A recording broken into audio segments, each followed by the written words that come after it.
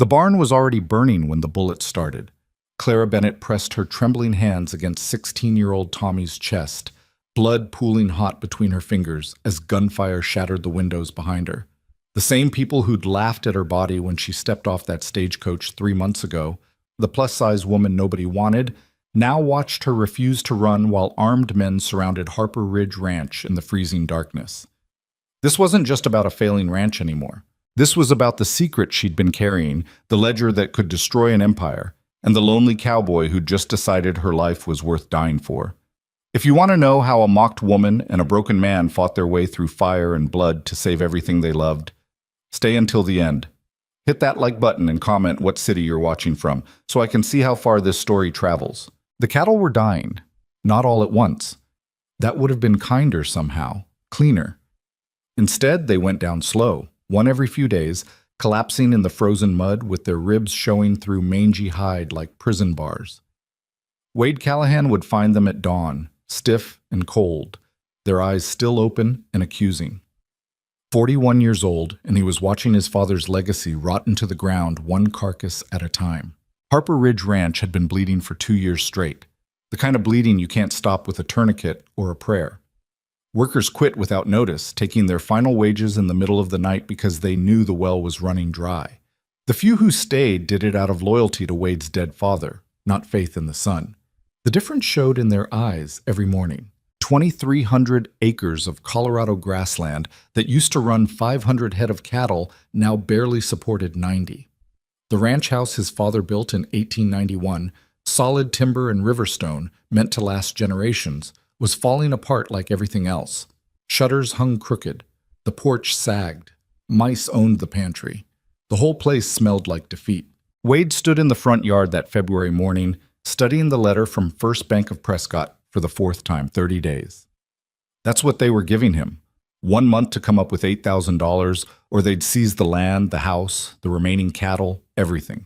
8,000 might as well have been 8 million. He crumpled the letter slowly, feeling the paper compress between his calloused fingers. The sun was coming up behind the eastern ridge, turning the snow-covered peaks orange and gold. Beautiful country. His father used to say this land was worth fighting for. Wade wasn't sure he believed that anymore. Boss.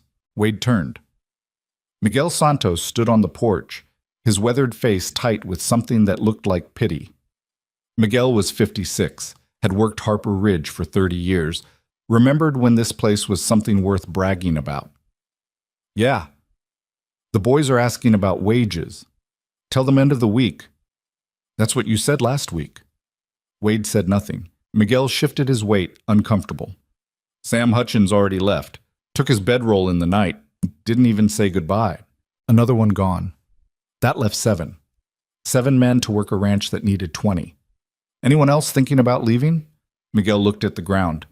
Hard to say, boss. Men don't talk about it much, but they got families. They can't work for promises. Wade nodded slowly. He wanted to be angry.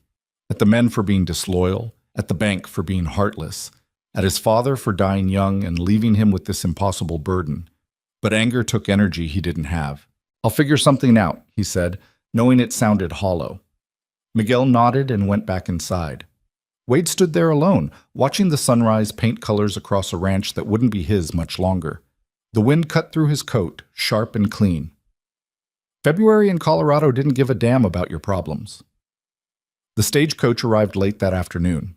Wade was in the northern pasture trying to repair a section of fence that kept falling over. Rotted posts, rusted wire, the whole thing held together with hope and baling twine.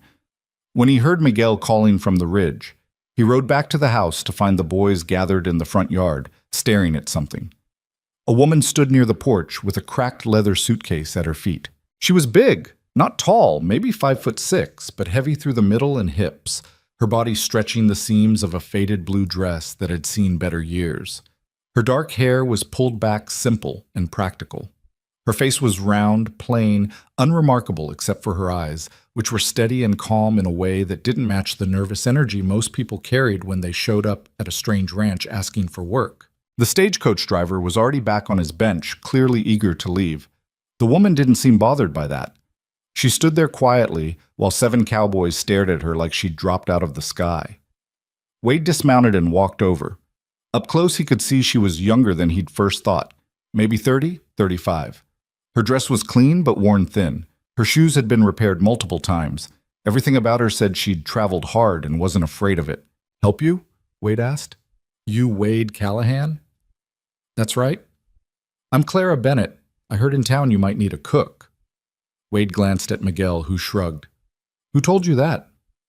"Man at the general store. Said Harper Ridge was hiring." "We're not hiring." "He said you were." Wade felt a flash of irritation.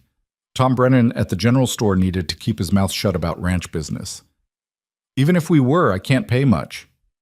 "I'm not asking for much." One of the younger cowboys, Danny something, Wade could never remember his last name, snickered quietly. Clara's eyes flicked toward him for just a second, then back to Wade. Her expression didn't change, but Wade saw something shift behind her eyes. She'd heard that kind of laugh before. "We already got a cook," Wade said, which was technically true. Miguel's wife Rosa came up twice a week to make big pots of beans and cornbread. It wasn't enough, and everyone knew it, but it was all they could afford. "When's the last time you had a real meal?" Clara asked. "That's not your concern." "When's the last time these men had biscuits for breakfast? Stew that wasn't mostly water? Coffee that didn't taste like dirt?" Wade stared at her. There was no aggression in her voice, no challenge, just calm questions that hit harder than insults. "You always this forward?" he asked. "Only when I need work." "Why do you need work?" "Same reason everyone does. To eat." "There's easier places than a failing ranch in the middle of February." Clara picked up her suitcase. "If you're not hiring, just say so. I'll go back to town." She turned to leave. Wade watched her take 3 steps before something made him speak. "Wait!" She stopped. He should let her go.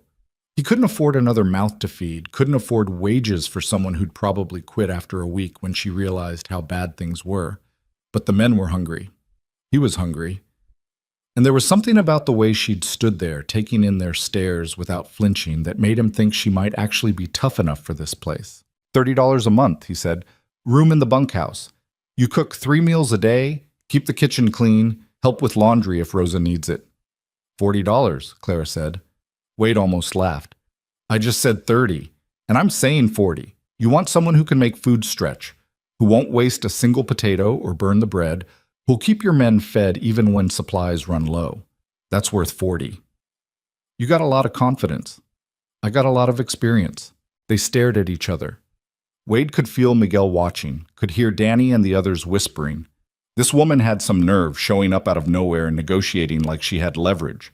But the truth was, she did have leverage, because he was desperate and she knew it. 35, Wade said. That's as high as I go. Clara considered this. 35 plus I get Sundays off. Nobody gets Sundays off on a ranch. Then I walk away right now, and you can keep eating Miguel's wife's bean soup for the rest of winter. Wade felt his jaw tighten. He didn't like being cornered, but he also didn't like watching his men get thinner every week. Fine, he said. 35 and Sundays, but if the food's not good, you're gone. Clara set her suitcase down and extended her hand. Deal. Wade shook it. Her grip was firm, her palm rough with old calluses. Working hands. Miguel will show you where everything is, Wade said, then walked toward the barn before she could say anything else. Behind him, he heard Miguel introducing himself, heard Clara's voice responding with that same calm certainty. Danny and another cowboy were still standing there staring. Get back to work, Wade snapped, and they scattered. He didn't see Clara again until dinner. The ranch house kitchen hadn't been properly used in months. Rosa cooked in the smaller bunkhouse kitchen because it was easier to heat. But when Wade came in that evening, stamping snow off his boots, he smelled something that stopped him cold in the doorway. Bread. Real bread. Baking. He walked through to the kitchen and found Clara moving between the stove and the counter like she'd been doing it in this room her whole life. Her sleeves were rolled up, flour dusted her forearms, 3 loaves of bread were cooling on the windowsill, and she was stirring something in a huge pot that smelled like actual food, not just survival. Thought you'd use the bunkhouse kitchen, Wade said. Clara didn't look up. This one's bigger, better stove. It's also colder. I got it warm enough. She had.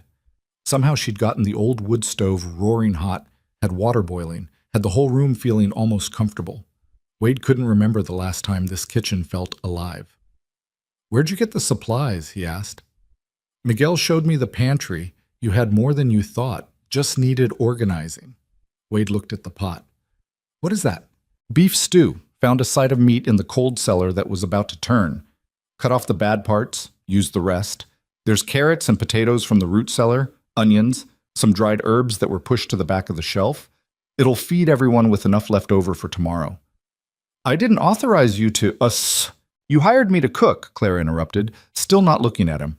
"That's what I'm doing. If you want to stand there and tell me I can't use the food that's already here, go ahead, but these men are going to eat tonight either way." Wade opened his mouth, then closed it. She was right, and they both knew it. "Dinner's in 20 minutes, Clara said. "Ring the bell." Wade stood there another moment, then went and rang the old dinner bell on the porch. He heard the bunkhouse door open, heard boots on frozen ground. The men came filing in, suspicious and curious. Miguel was first through the door. He stopped when he smelled the food. "Madre de Dios," he whispered. The others crowded in behind him. Danny, Pete, Hank, young Tommy Briggs, who was only 16 and still growing. Two others whose names Wade was ashamed he'd forgotten. They all stared at the table Clara was setting. Real plates, real utensils, a tablecloth she must have found somewhere and washed. 3 loaves of bread already sliced. Butter. Where had she found butter? The huge pot of stew steaming in the center. Nobody moved. "Sit down," Clara said. They sat. Slowly, like they weren't sure this was real. Clara started ladling stew into bowls, moving around the table with efficiency. She put a bowl in front of each man, then stepped back. "There's plenty," she said. "Eat as much as you want." Still nobody moved. They just stared at the food like it might disappear. "It's not poisoned," Clara said. "Go on." Miguel picked up his spoon first. He took a bite, chewed slowly, and his eyes closed. "Dios mío." That broke the spell. Suddenly everyone was eating, reaching for bread, passing the butter. The room filled with the sounds of men who'd been half-starved for months, finally getting a real meal. Nobody talked, they just ate. Wade took a bowl last. He sat at the head of the table, his father's chair, though it didn't feel like his, and tasted the stew. It was perfect. Rich and thick, the beef tender, everything seasoned just right. He couldn't remember the last time he'd eaten something this good. Maybe before his father died. Maybe longer. He looked up and found Clara watching him from near the stove. She didn't smile or say anything, just met his eyes for a second, then turned back to cleaning up. The men ate 3 bowls each. They finished all the bread. When it was done, they sat there looking dazed, like they'd just woken up from a dream. "Thank you, ma'am," Tommy said quietly. Clara nodded. "Tomorrow morning, breakfast is at 6. Don't be late." They filed out slowly, still stunned. Miguel lingered at the door. "Miss Clara," he said, "that was the best meal we've had in 2 years." "It was just stew," Clara said. "No, ma'am." It wasn't. When everyone was gone, Wade helped Clara finish cleaning up. They worked in silence for a while, washing dishes in the big sink, putting things away. Finally, Wade spoke. "Where'd you learn to cook like that?" "My mother, then hotels, boarding houses, wherever would hire me." "Why'd you leave?" Clara was quiet for a moment. "Needed a change." "That's not an answer." "It's the only one I'm giving tonight." Wade dried the last plate and set it on the shelf. "You got secrets, Miss Bennett?" Clara turned to look at him directly. In the lamplight, her face was tired but steady. "Everyone's got secrets, Mr. Callahan. Question is whether they matter. They matter if they bring trouble to my ranch. Your ranch already has trouble. I saw the bank letter on your desk." Wade felt heat rise in his chest.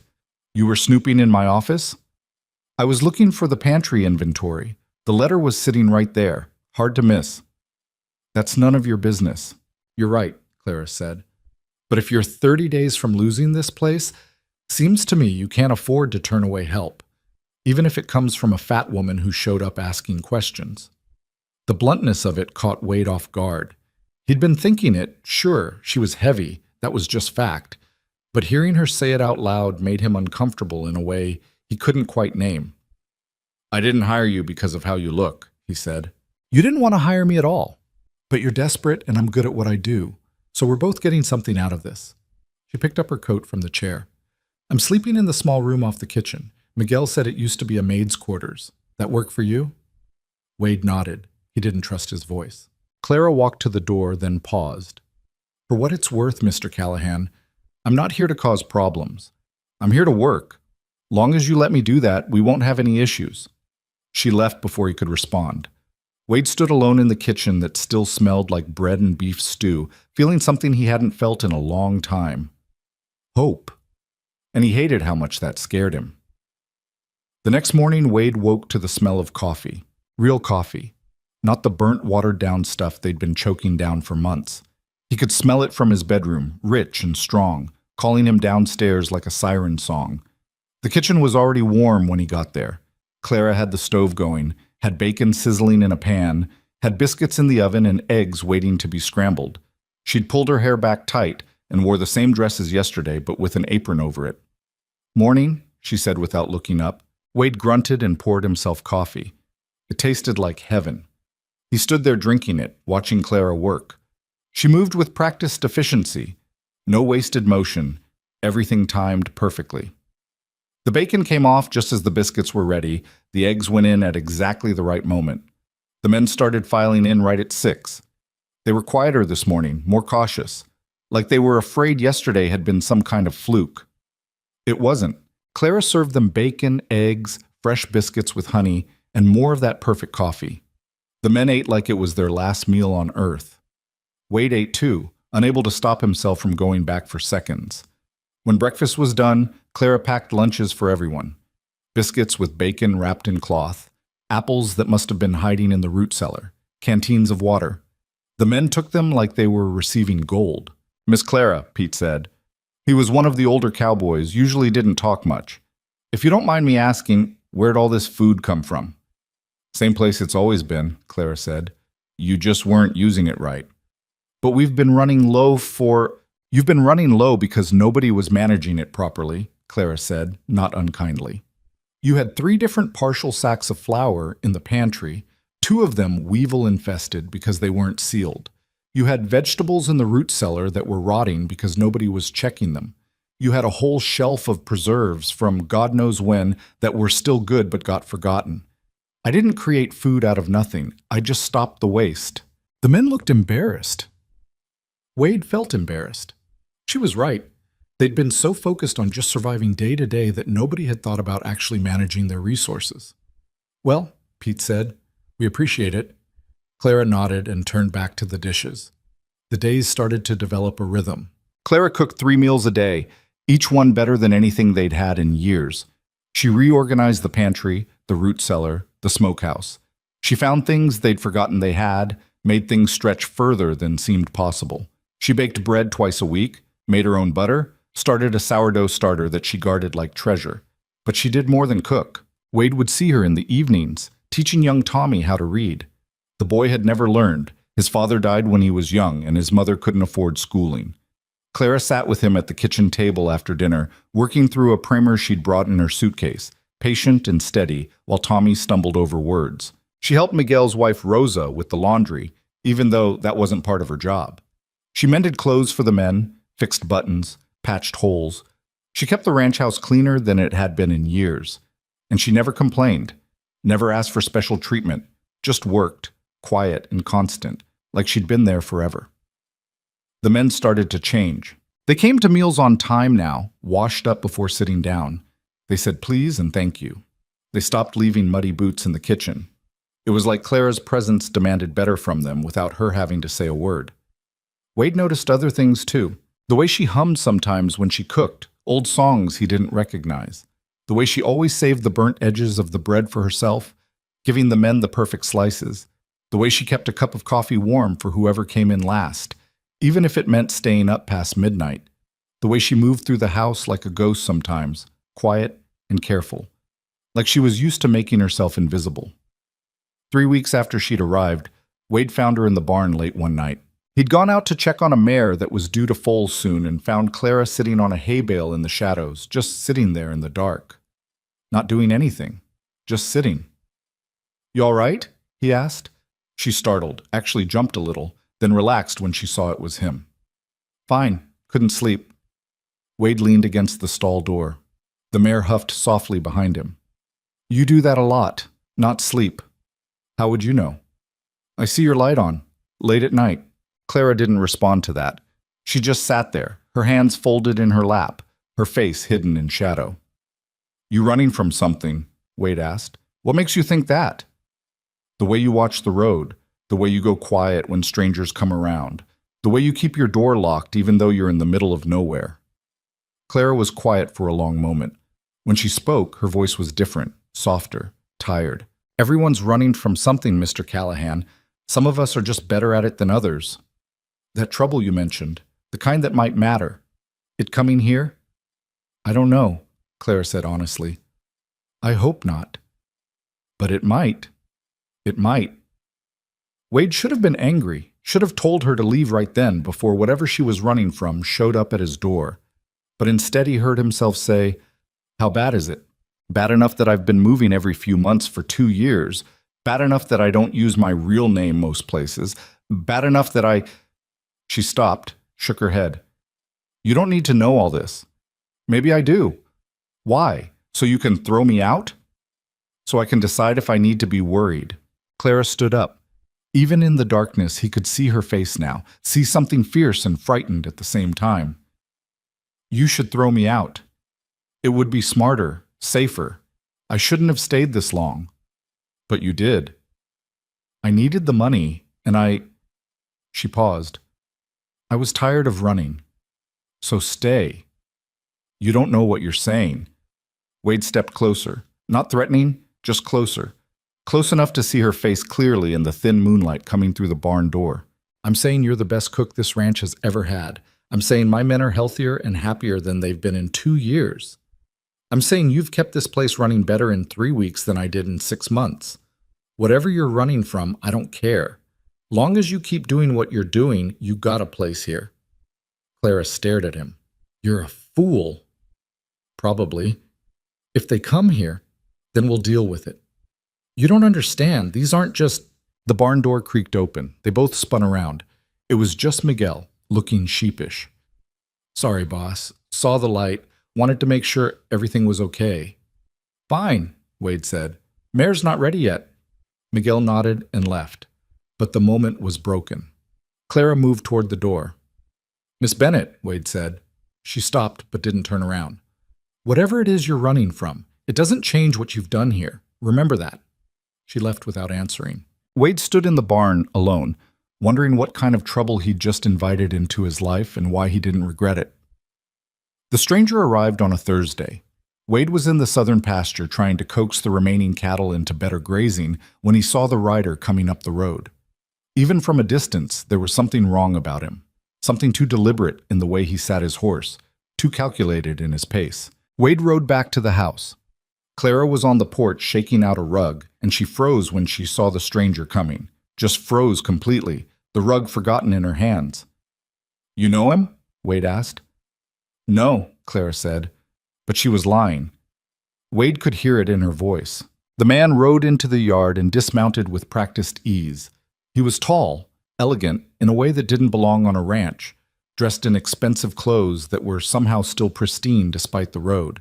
His face was handsome in a cold way, his eyes calculating as they swept over the property before landing on Clara. Miss Monroe, he said pleasantly. It's been a long time. Clara's hands tightened on the rug. My name is Bennett. Of course it is. The stranger smiled. My apologies. You change names so often, I lose track. Wade stepped between them. State your business or ride on. The stranger's eyes flicked to Wade, assessing. My name is Silas Crow. I'm here on behalf of an associate who's been looking for Miss Monroe, Miss Bennett, for quite some time. Well, you found her, Wade said. Now you can leave. I'm afraid it's not that simple. Silas pulled out a cigar, took his time lighting it. Miss Bennett has something that belongs to my employer, a ledger. We'd very much like it back. I don't have it, Clara said. Her voice was steady, but Wade could see her hands shaking. I think you do. Or at least you know where it is. Even if I did, I wouldn't give it to you.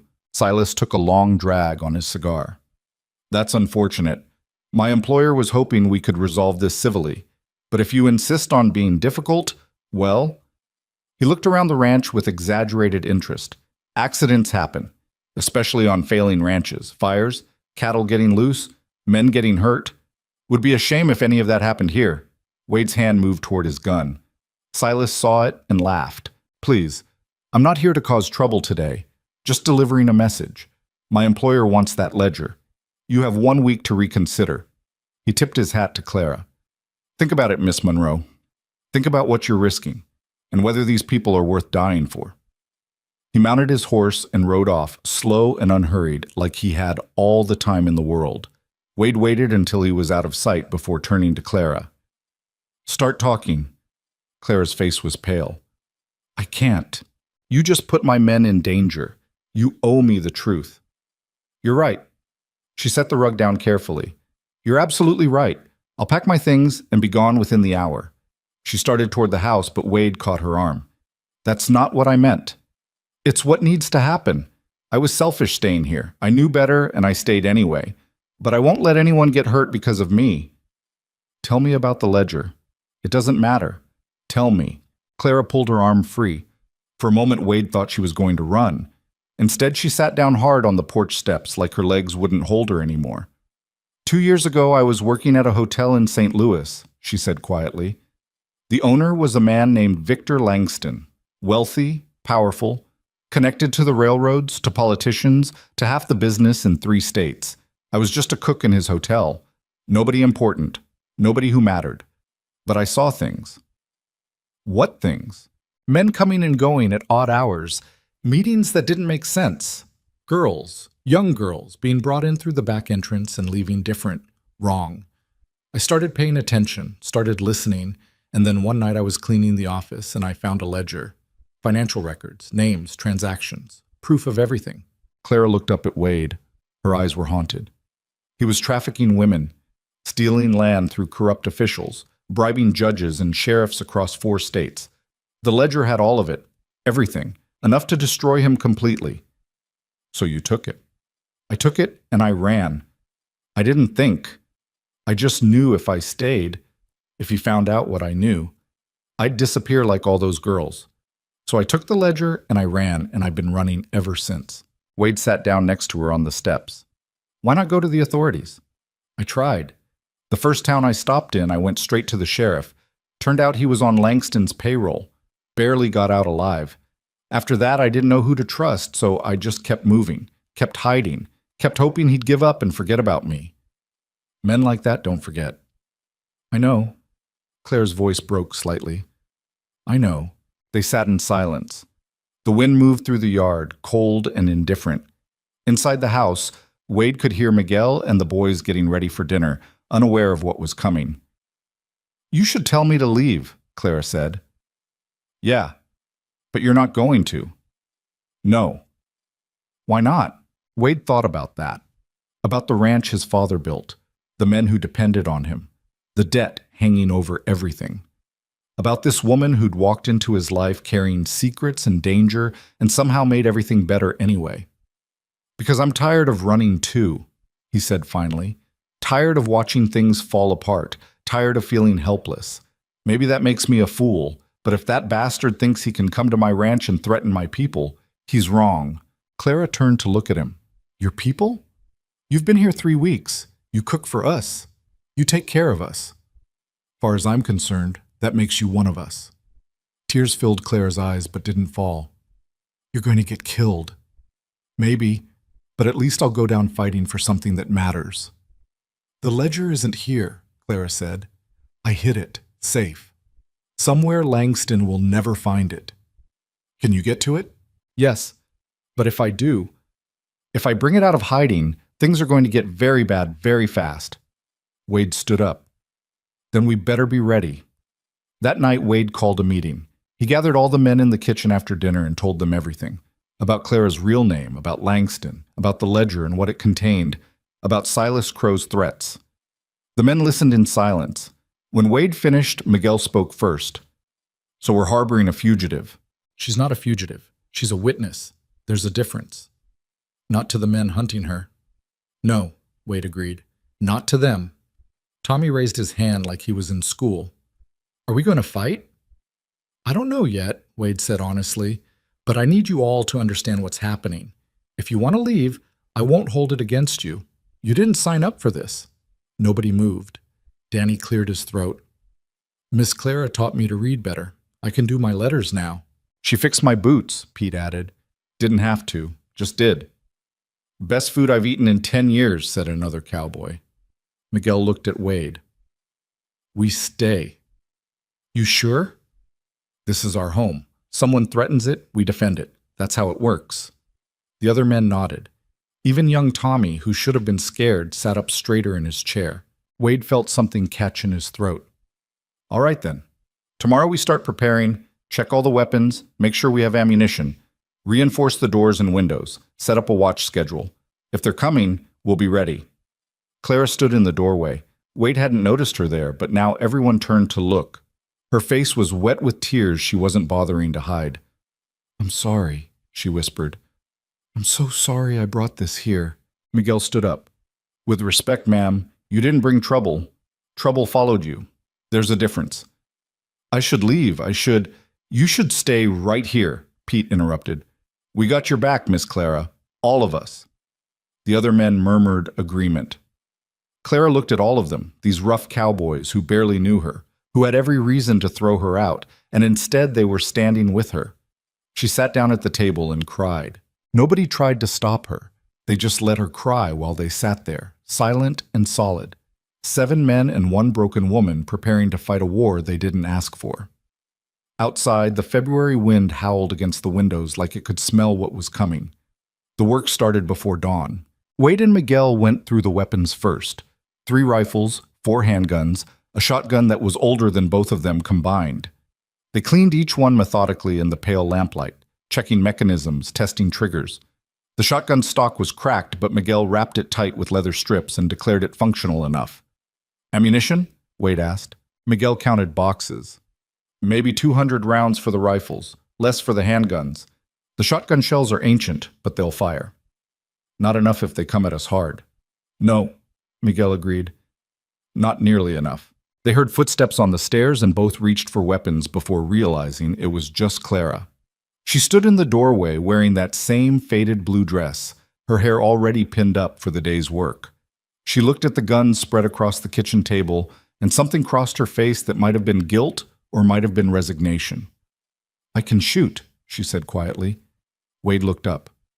What? I said I can shoot. My father taught me when I was young. Rifles mostly, some handgun work. I'm not expert, but I can hit what I'm aiming at if it's not too far. Miguel raised an eyebrow but said nothing. Wade studied her face, trying to figure out if she was serious or just trying to be helpful in a way that would get her killed. When's the last time you fired a gun? He asked. 4 years ago, maybe 5. That's a long time. It's not something you forget. Clara moved to the stove and started building up the fire for breakfast. I'm just telling you, if it comes to fighting, I won't be useless. Wade exchanged a look with Miguel. The older man shrugged slightly, like he was saying it was Wade's call. Wade turned back to Clara, watching her work the stove with those same efficient movements. She did everything. We'll do some practice later, he said finally. See what you remember. Clara nodded without turning around. Coffee will be ready in 10 minutes. The rest of the men filtered in as the sun started climbing. They ate breakfast in near silence, everyone focused and tense in a way they hadn't been since Clara arrived. The food was still good, scrambled eggs with cheese, thick slabs of bacon, biscuits with jam, but nobody seemed to taste it much. Tommy kept glancing at the guns on the side table. He was trying to look brave, but Wade could see the fear underneath. 16 years old, too young for this. Tommy, Wade said, after breakfast I want you riding out to the Hendricks place. The boy's face fell. But boss, I want to help. You'll help by warning the neighbors, tell them what's happening, tell them to stay clear of Harper Ridge for the next week or so. Can you do that? Tommy wanted to argue. Wade could see it in his eyes, but he swallowed it down and nodded. Yes, sir. Good man. After breakfast, Wade took Clara out to the fence line past the barn. He brought the least damaged rifle and a box of ammunition. The morning was cold enough that their breath came out in clouds. You don't have to prove anything, Wade said as he set up targets, old bottles and cans balanced on fence posts. I'm not trying to prove anything. I'm trying to be useful. You're already useful. Clara took the rifle from him and checked it over with movements that looked automatic, like muscle memory kicking in. She worked the bolt, checked the sight, tested the weight. Then she raised it to her shoulder and fired 3 times in quick succession. 3 bottles exploded. She lowered the rifle and looked at Wade. Like I said, not expert, but functional. Wade realized his mouth was open and closed it. Where'd you really learn to shoot like that? I told you, Your father wasn't a regular farmer, was he? Clara handed him back the rifle. No, he wasn't. She walked back toward the house before Wade could ask more questions. He stood there looking at the shattered glass on the fence posts, trying to figure out who Clara Bennett really was and how many more surprises she was carrying. The next 3 days passed in preparation that felt like holding your breath underwater. They reinforced the doors with extra timber. Miguel and Pete boarded up the lower windows on the ranch house, leaving just enough gap to shoot through if needed. Danny and Hank checked every inch of fence line, looking for weak points someone could cut through in the dark. Wade organized a watch schedule, 2 men on duty at all times, rotating every 4 hours through the night. Clara kept cooking, kept working, but Wade noticed she'd moved her belongings from the small room off the kitchen to the main house upstairs. When he asked about it, she just said the upstairs room had a better lock. He didn't push. On the 3rd night, Wade found her sitting at the kitchen table long after everyone else had gone to bed. She had a piece of paper in front of her and was writing something with careful, deliberate strokes. Letter? Wade asked. Clara looked up, startled again. She really did jump easy for someone who could shoot like that. Just some things I need to remember. Wade poured himself coffee from the pot she always kept warm and sat down across from her. The lamplight made shadows dance across her face. She looked tired. They all looked tired. You ever think about what happens if we win? Wade asked. We won't win, not permanently. Humor me. Clara set down her pen. If we somehow survive whatever Langston sends, if we manage to hold them off, then what? He's not going to stop. He'll keep sending men until we're all dead or I give him what he wants. So we go to the authorities. I told you, I tried that. The sheriff in Kansas City was on his payroll. How many others are? How do we know who to trust? Wade had been thinking about this. Federal marshals. They're not local, harder to buy off. We get the ledger to them, let them handle it. And if they're compromised too, then we're no worse off than we are now. Clara picked up her pen again, turning it over in her fingers. You know what the worst part is? I keep thinking I should have just given him the ledger 2 years ago. All those girls, all that evidence, and what good did it do? I'm just one woman running and hiding and bringing danger to good people who don't deserve it. Those girls deserved someone to try. But I didn't help them. I just saved myself and pretended it was noble. Wade reached across the table and took the pen from her hands. She looked up, surprised. Listen to me, he said. You took evidence that could destroy a powerful man. You ran instead of being smart and keeping your head down. You survived 2 years when most people would have been caught or killed in 2 weeks. That's not nothing. And maybe you haven't brought him down yet, but you're still alive to try. That matters. Clara's eyes were wet, but she didn't cry. Why are you doing this? Really? It's not just about me being a good cook. Wade thought about that. About his father's ranch dying piece by piece. About being 41 and alone and so tired of losing. About how Clara had walked into his failing life and somehow made it feel like something worth fighting for again. Maybe I'm tired of watching things fall apart, he said. Maybe I want to win something for once, even if it kills me. That's a stupid reason to die. Probably.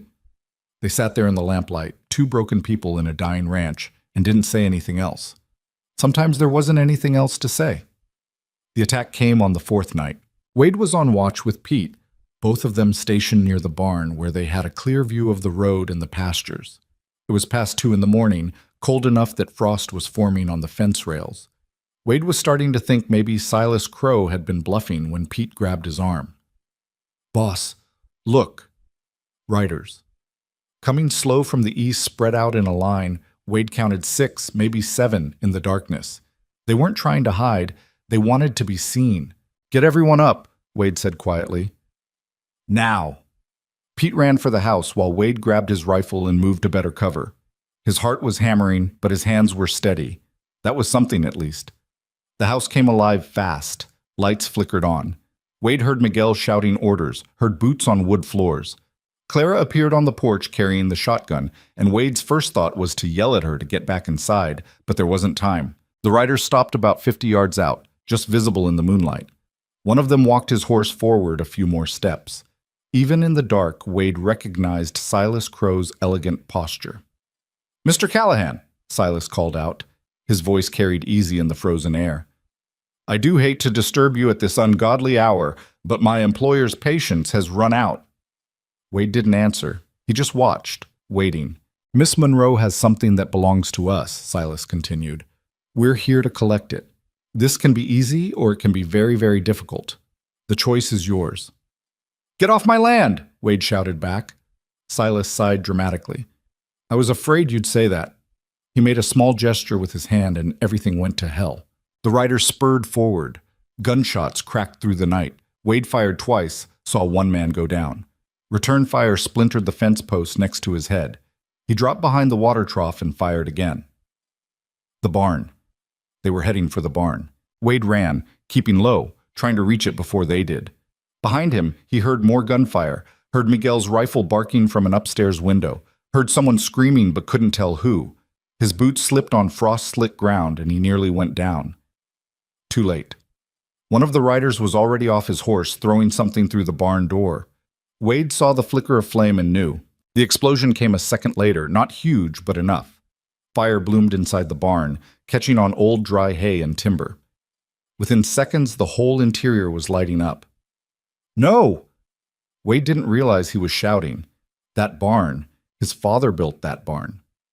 30 years old, solid oak beams, full of equipment and hay, and 3 horses that were screaming now, screaming in terror as smoke filled their stalls. He ran toward it, but someone grabbed him from behind. Miguel, pulling him back. "You can't!" Miguel yelled over the roar of flames and gunfire. "It's gone, boss. It's already gone." Wade fought him, actually fought, trying to break free, but Miguel was strong and desperate.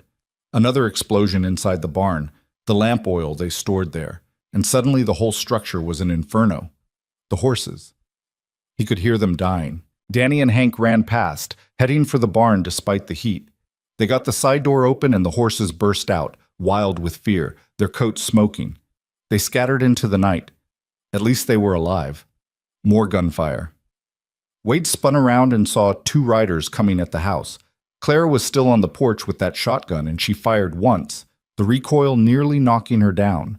One of the riders jerked and fell. The other kept coming. Wade raised his rifle, but his hands were shaking now, shaking with rage and fear and the sight of everything burning. He fired anyway. Missed. Fired again. The rider went down. And then he saw Tommy. The boy was on the porch, must have come back from the Hendricks place and run straight into the fight. He had a rifle and he was shooting at riders in the yard, his young face fierce and terrified at the same time. "Tommy, get down!" Wade screamed. The shot came from somewhere in the darkness. Wade didn't even see the shooter. He just saw Tommy jerk backwards like someone had punched him, saw the rifle fall from his hands, saw him crumple. Clara was there before Wade could move. She dropped the shotgun and caught Tommy as he fell, lowering him to the porch floor. Wade ran, his legs feeling like they were moving through mud. Blood. There was so much blood spreading across Tommy's shirt, pooling on the porch boards. "Pressure," Clara said. Her voice was calm, impossibly calm. "I need bandages. Now." Miguel appeared with strips of torn sheet. Clara pressed them against the wound, high on Tommy's chest, just below the collarbone. The boy was gasping, his eyes wide and shocked. "Am I dying?" he whispered. "No," Clara said firmly. "You're not dying. Look at me, Tommy. Look right at me." More gunfire. A window shattered inside the house. Wade wanted to stay with Tommy, but he couldn't. There were still riders out there. He grabbed his rifle and moved back to the edge of the porch. The barn was fully engulfed now, flames reaching 50 feet high, lighting up the whole ranch like daylight. In that terrible brightness, Wade could see everything. 3 bodies in the yard, 2 riders retreating toward the road, Silas Crow sitting his horse well back from the fight, just watching. Wade raised his rifle and fired at Silas. The elegant bastard didn't even flinch, just turned his horse and rode away into the darkness. The other riders followed. And then, as suddenly as it started, it was over. Wade stood there breathing hard, his ears ringing from gunshots, watching his father's barn burn to the ground. Behind him, Clara was still working on Tommy, her hands red with blood, her voice low and steady as she kept the boy conscious. Miguel appeared at Wade's shoulder. His face was blackened with smoke and there was blood on his sleeve, but he was alive. "Danny took one in the leg," Miguel said. "Hank's okay, Pete's okay. The house is shot to pieces, but standing." Wade looked at the burning barn, at the bodies in the yard, at Tommy bleeding on his porch while Clara tried to save his life. "We can't win this," Miguel said quietly. "I know." "So what do we do?" Wade turned away from the fire. Clara had gotten the bleeding mostly stopped and was wrapping Tommy's chest tight with bandages. Her dress was soaked with blood. Her face was smudged with ash. She looked up and met Wade's eyes. "We go on the offensive," Wade said. The rest of the night passed in grim work. They moved Tommy inside and made him as comfortable as possible. The bullet had gone clean through, missing anything vital by what Clara said was maybe an inch. The boy would live if infection didn't set in. Danny's leg wound was uglier. The bullet was still in there, lodged against bone. Clara dug it out with a knife she sterilized in the fire, with Danny biting down on a leather strap and Miguel holding him still. Wade watched and felt sick, but Clara never hesitated, never flinched, just did what needed doing with steady hands. By dawn, they dealt with the wounded and dragged the dead riders away from the house. 3 of them.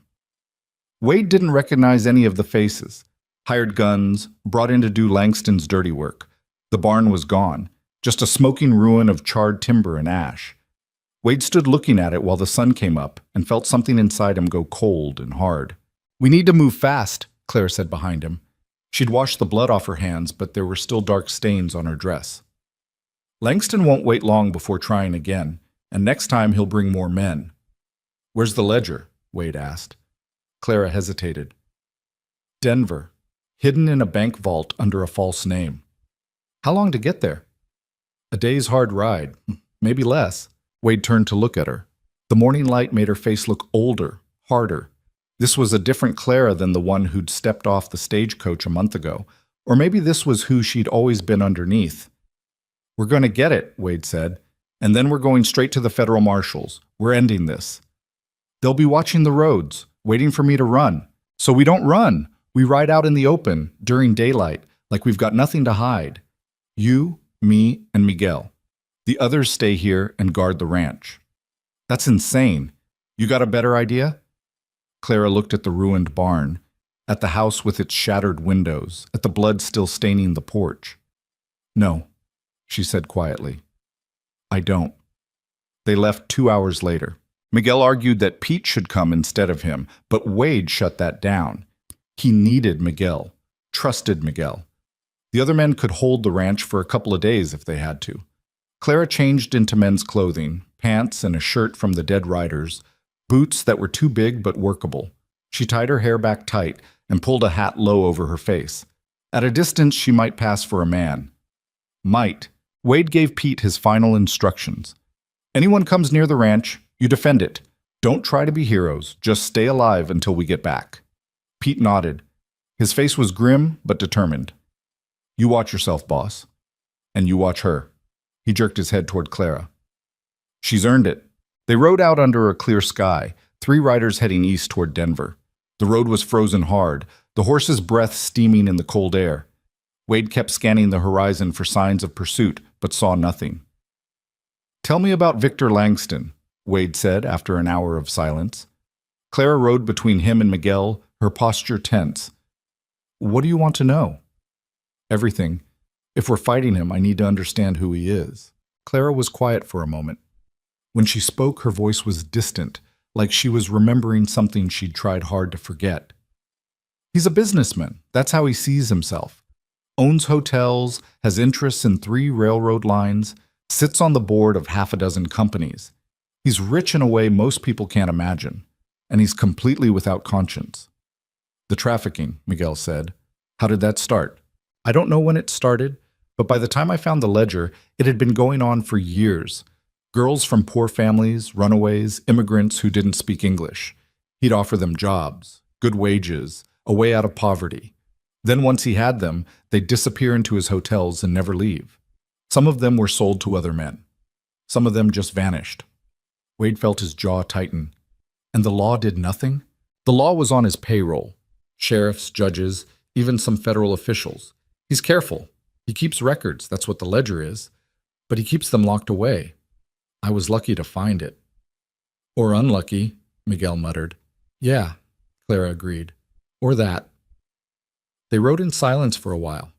The sun climbed higher, weak winter light that gave no warmth. Wade's thoughts kept circling back to Tommy, bleeding on the porch, to the barn burning, to Silas Crow's cold smile. Why you? Wade asked suddenly. Out of everyone in that hotel, why were you the one who found it? Clara's mouth twisted. Because I was invisible. Fat women are invisible, especially to men like Langston. He saw me every day and never really looked at me. None of them did. So I could move through that hotel like a ghost, cleaning offices late at night, going places I wasn't supposed to be. And nobody ever questioned it. I was just the help, just the fat cook who didn't matter. The bitterness in her voice was sharp enough to cut. You matter now, Wade said. Clara glanced at him. Something passed across her face. Surprise maybe, or disbelief. But she didn't respond. They stopped at midday to rest the horses. Miguel shared out the food Clara had packed. Dried beef, hard biscuits, apples. They ate standing up, too restless to sit. Someone's following us, Miguel said quietly. Wade's hand moved to his gun. Where? About a mile back, single rider, been keeping pace for the last hour. You sure? I'm sure. Wade looked at Clara. Langston's man? Probably. Or he could be waiting to see where we're going, then reporting back. So we lose him, Wade said. How? Miguel asked. The road's wide open for the next 10 miles. Clara pointed to a line of trees running north from the road. Old creek bed. Runs parallel to the main road for about 5 miles, then cuts back east. We take that, we'll be out of sight.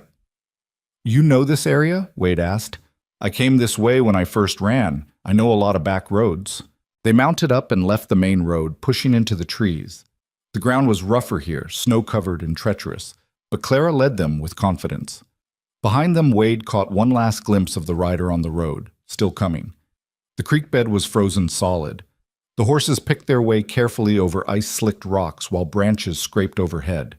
It was slow going, tense, every snap of a twig making Wade's hand move toward his rifle. After an hour, Clara pulled up. There. That opening leads back to the road, about 3 miles ahead of where we left it. He'll have to either follow our trail through the trees or keep going on the main road and hope to pick us up again. They emerged onto the road and pushed the horses hard. By the time the sun started dropping toward the horizon, Denver was visible in the distance, sprawling across the plains with the mountains rising behind it. Where's the bank? Wade asked. North side, near the rail yard. They rode into the city as darkness fell. Denver was loud and crowded after weeks at the ranch, people everywhere, wagons clogging the streets, the smell of coal smoke and horses and too many humans living too close together. Wade hated cities, always had. The bank was a solid brick building with iron bars on the windows. It was closed for the night, but Clara led them around to a side entrance and knocked in a specific pattern. After a moment, an old man opened the door a crack. Clara, he said, peering out, is that you? Hello, Samuel. The old man pulled the door open wider. I told you not to come back here, told you they were watching. I know, but I need to get into my box. Samuel looked at Wade and Miguel nervously. Who are they? Friends. It's okay. The old man didn't look convinced, but he let them in. The bank interior was dark, except for the lamp he carried. Their footsteps echoed on marble floors. There were men here, Samuel said as he led them downstairs to the vault, 2 weeks ago, asking questions. I played dumb, but they weren't stupid. They know you have something here. Did they try to get in? Clara asked. They tried. I told them I'd need proper authorization. They left, but they'll be back. The vault door was massive, thick steel, with an elaborate lock. Samuel worked the combination and pulled it open. Inside were rows of metal boxes. Clara went straight to one near the back and used a key from around her neck to open it. The ledger was smaller than Wade expected. just a leather-bound journal, worn with handling. Clara held it for a moment, her face unreadable, then tucked it inside her coat. "Thank you, Samuel," she said. "You need to leave Denver," the old man said. "Tonight. They're looking for you." "I know." They climbed back up the stairs. Samuel let them out the same side door and locked it quickly behind them. Wade heard the bolt slide home with a finality that made his skin crawl. "Now what?" Miguel asked. "Federal Marshal's office," Wade said. "We deliver this tonight and we're done." But as they turned toward where they'd left the horses, 6 men stepped out of the shadows. Silas Crow stood in the center of them, smiling that cold smile. "Miss Monroe," he said pleasantly, "we've been waiting for you." Wade's hand was already moving toward his gun when Silas raised one finger in a gesture that was almost playful. "I wouldn't," Silas said. "My men are remarkably good shots, and we're in a public street. Think about all the innocent people who might get hurt in the crossfire." Wade's hand froze. He looked around and saw what Silas meant. Despite the late hour, there were still people on the street, a couple walking arm in arm, a shopkeeper locking up, a drunk weaving between buildings. Any shooting would turn into a massacre. "Smart man," Silas said. "Now, Miss Monroe, if you'd be so kind as to hand over what you just retrieved from the bank, we can all go home." Clara's hand was pressed against her coat where the ledger was hidden. Her face was pale, but her voice came out steady. "No," Silas sighed. "I really was hoping we could avoid unpleasantness. Mr. Langston has been quite patient, all things considered. 2 years you've made him wait. 2 years of resources spent tracking you down. Surely you understand that patience has limits." "Langston can go to hell," Clara said. One of Silas's men stepped forward, cracking his knuckles. Silas stopped him with a small shake of his head. "Violence is so uncivilized and unnecessary when we have leverage." He nodded to one of his men who stepped into a doorway and dragged someone out. Wade's stomach dropped.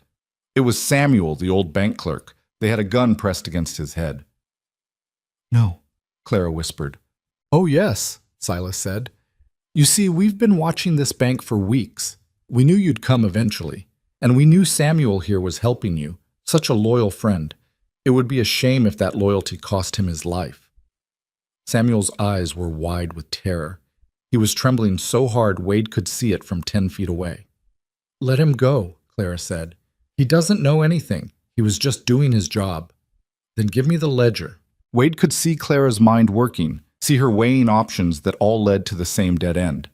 If she gave up the ledger, Langston would destroy the evidence and probably kill all of them anyway. If she didn't, Samuel died right here in the street. "Clara," Wade said quietly. "Don't." She looked at him. Her eyes were wet. "I can't let them kill him," she said. "They'll kill him anyway. You know that." Silas was watching this exchange with obvious amusement. "Listen to your friend, Miss Monroe. He's being realistic. But I'll make you a deal. Give me the ledger and I'll let Samuel live. You have my word." "Your word isn't worth spit," Miguel said. "Perhaps not, but it's all you're getting." Clara reached inside her coat. Wade wanted to stop her, wanted to tell her there had to be another way. But his mind was blank. There was no other way. They were surrounded, outgunned in the middle of a city where they had no allies and no escape route. Clara pulled out the ledger. "Wait," a voice called from down the street. Everyone turned.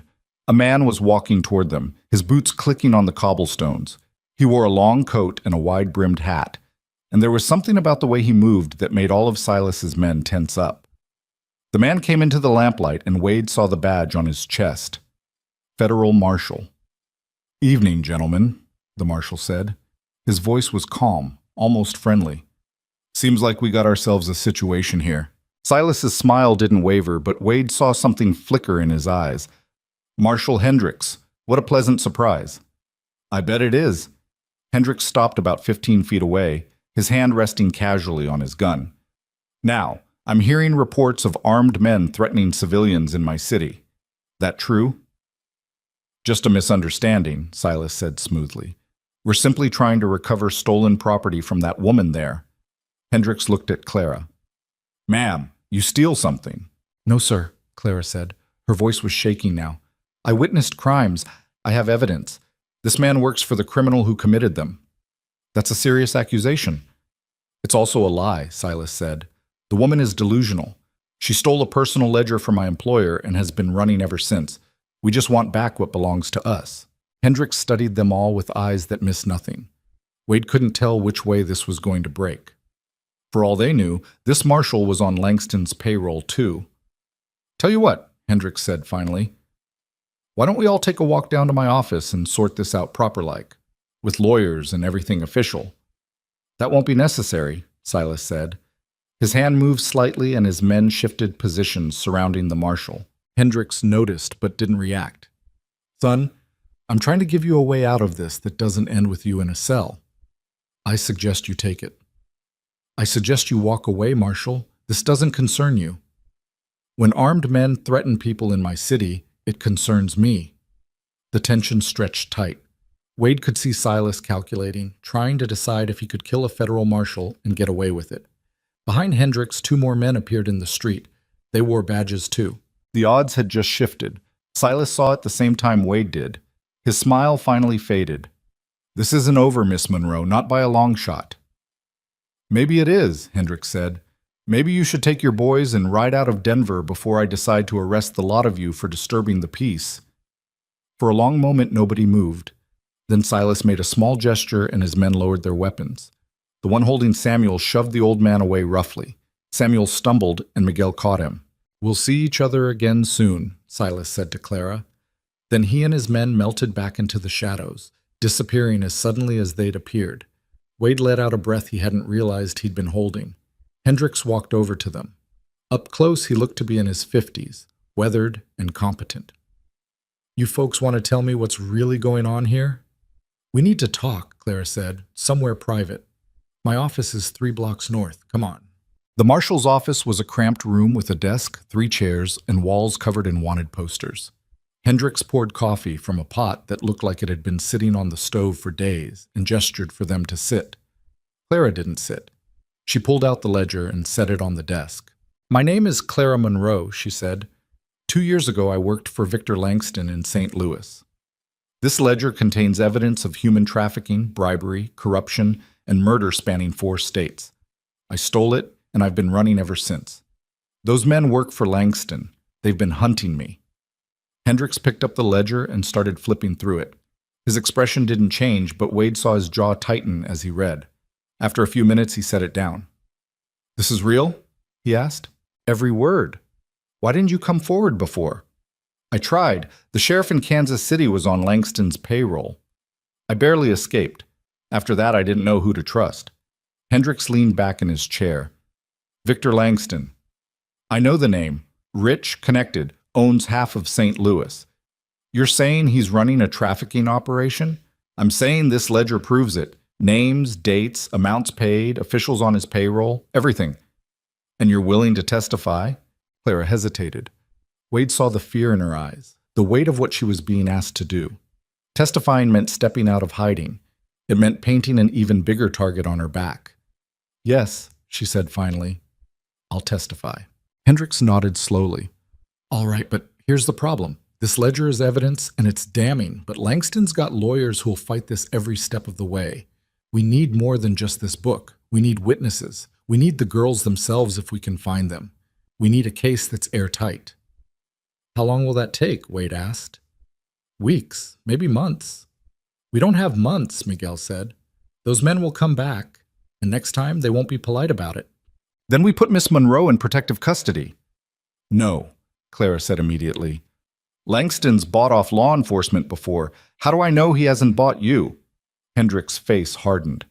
Because I don't take bribes, and because I've spent 20 years putting men like Langston behind bars. But if you don't trust me, that's your choice. Walk out that door and you're on your own, and Langston's men will find you eventually. Clara looked at Wade. He could see the question in her eyes. What do we do? Wade thought about the ranch, about Tommy bleeding on the porch, about his father's barn burning to the ground. He thought about Silas Crow's cold smile and the certainty that if they didn't end this now, it would never end. We trust him, Wade said. You sure? Clara asked. No, but we're out of other options. Clara turned back to Hendricks. What do you need from me? Everything. Every detail you remember about Langston's operation. Names, locations, anything that can help us build a case. And you stay here in Denver, where we can protect you. What about my friends? They're holding my ranch against Langston's men. Hendricks looked at Wade and Miguel. How many men you got? 4, Wade said. 2 of them wounded. Against how many? Don't know. Maybe a dozen. Maybe more. Hendricks swore under his breath. I can send some deputies out there. Help hold the line until we get this sorted. How soon? Wade asked. Tomorrow morning. That might not be soon enough. It's the best I can do. Wade wanted to argue, but he could see there was no point. They were getting help, more than he dared hope for. It would have to be enough. They spent the next 2 hours going through the ledger with Hendricks, Claire explaining entries and answering questions. Wade watched her transformation. This wasn't the quiet cook from Harper Ridge. This was someone who'd been studying Langston's operation for years, who knew details and connections that made even Hendricks raise his eyebrows. You should have been a lawman, Hendricks said at one point. I just wanted to stop him, Clara said. That's all I ever wanted. By the time they finished, it was past midnight. Hendricks arranged rooms for them at a boarding house 2 blocks away, with a deputy stationed outside. Wade and Miguel shared one room. Clara took another. Wade couldn't sleep. He lay on the narrow bed staring at the ceiling, thinking about Pete and the others back at the ranch, thinking about whether they'd still be alive by morning. Around 2 a.m, he heard a soft knock. He opened the door to find Clara standing there in the dim hallway. Can't sleep either? She asked. No. They went downstairs to the kitchen. The boarding house owner had left coffee on the stove and they poured cups, sitting at the table in the darkness. You think Hendricks is honest? Clara asked. I think he believes he is. Whether that's enough?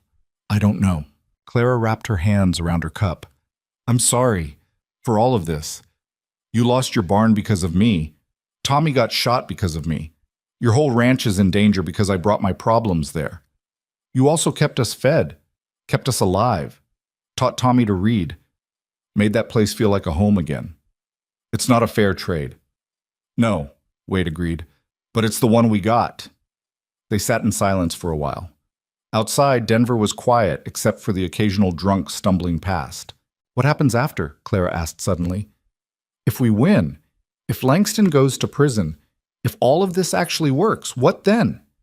Wade hadn't let himself think that far ahead. I go back to the ranch, try to rebuild what burned, try to keep the bank from taking everything. And me? What about you? Clara's laugh was bitter. I've been running so long I don't know how to stop. Don't know what I'd even do if I could stay in one place. You could stay at Harper Ridge. She looked at him. As your cook? As whatever you want to be. Something passed between them, something that had been building for weeks but neither of them had acknowledged. Wade realized he was holding his breath. Wade, Clara said quietly, you don't know me. Not really. You know Clara the cook, Clara the fugitive. But you don't know who I was before all this, the choices I made, the person I might still be underneath. I know enough. Do you because I'm not some damsel who needs saving. I'm complicated and difficult, and I carry more damage than you can imagine. And I'm... She gestured at herself. I'm not what men like you usually want. Men like me? Decent men. Good men. Wade reached across the table and took her hand. She didn't pull away. I'm not that good, he said. I'm a 41-year-old failure who's losing his father's ranch. I'm bitter and angry, and I spent the last 2 years wishing I was dead. You think that's decent? At least you stayed. You fought. You didn't run. Neither did you. You stole that ledger knowing what it would cost. You've survived 2 years that would have killed most people. You came to a dying ranch and made it live again. That's not running. That's the bravest thing I've ever seen. Clara's eyes were wet. You really believe that? Yeah, I do. She squeezed his hand. They sat there like that, 2 broken people in a boarding house kitchen in the middle of the night, holding on to each other like drowning victims holding on to driftwood. The deputy came to get them at dawn. Marshall wants you, he said. His face was tight. It's urgent. They found Hendricks in his office with another man, younger, out of breath from riding hard. The marshal's expression was grim. This is Deputy Cooper from Prescott, Hendricks said. He's got news from your ranch.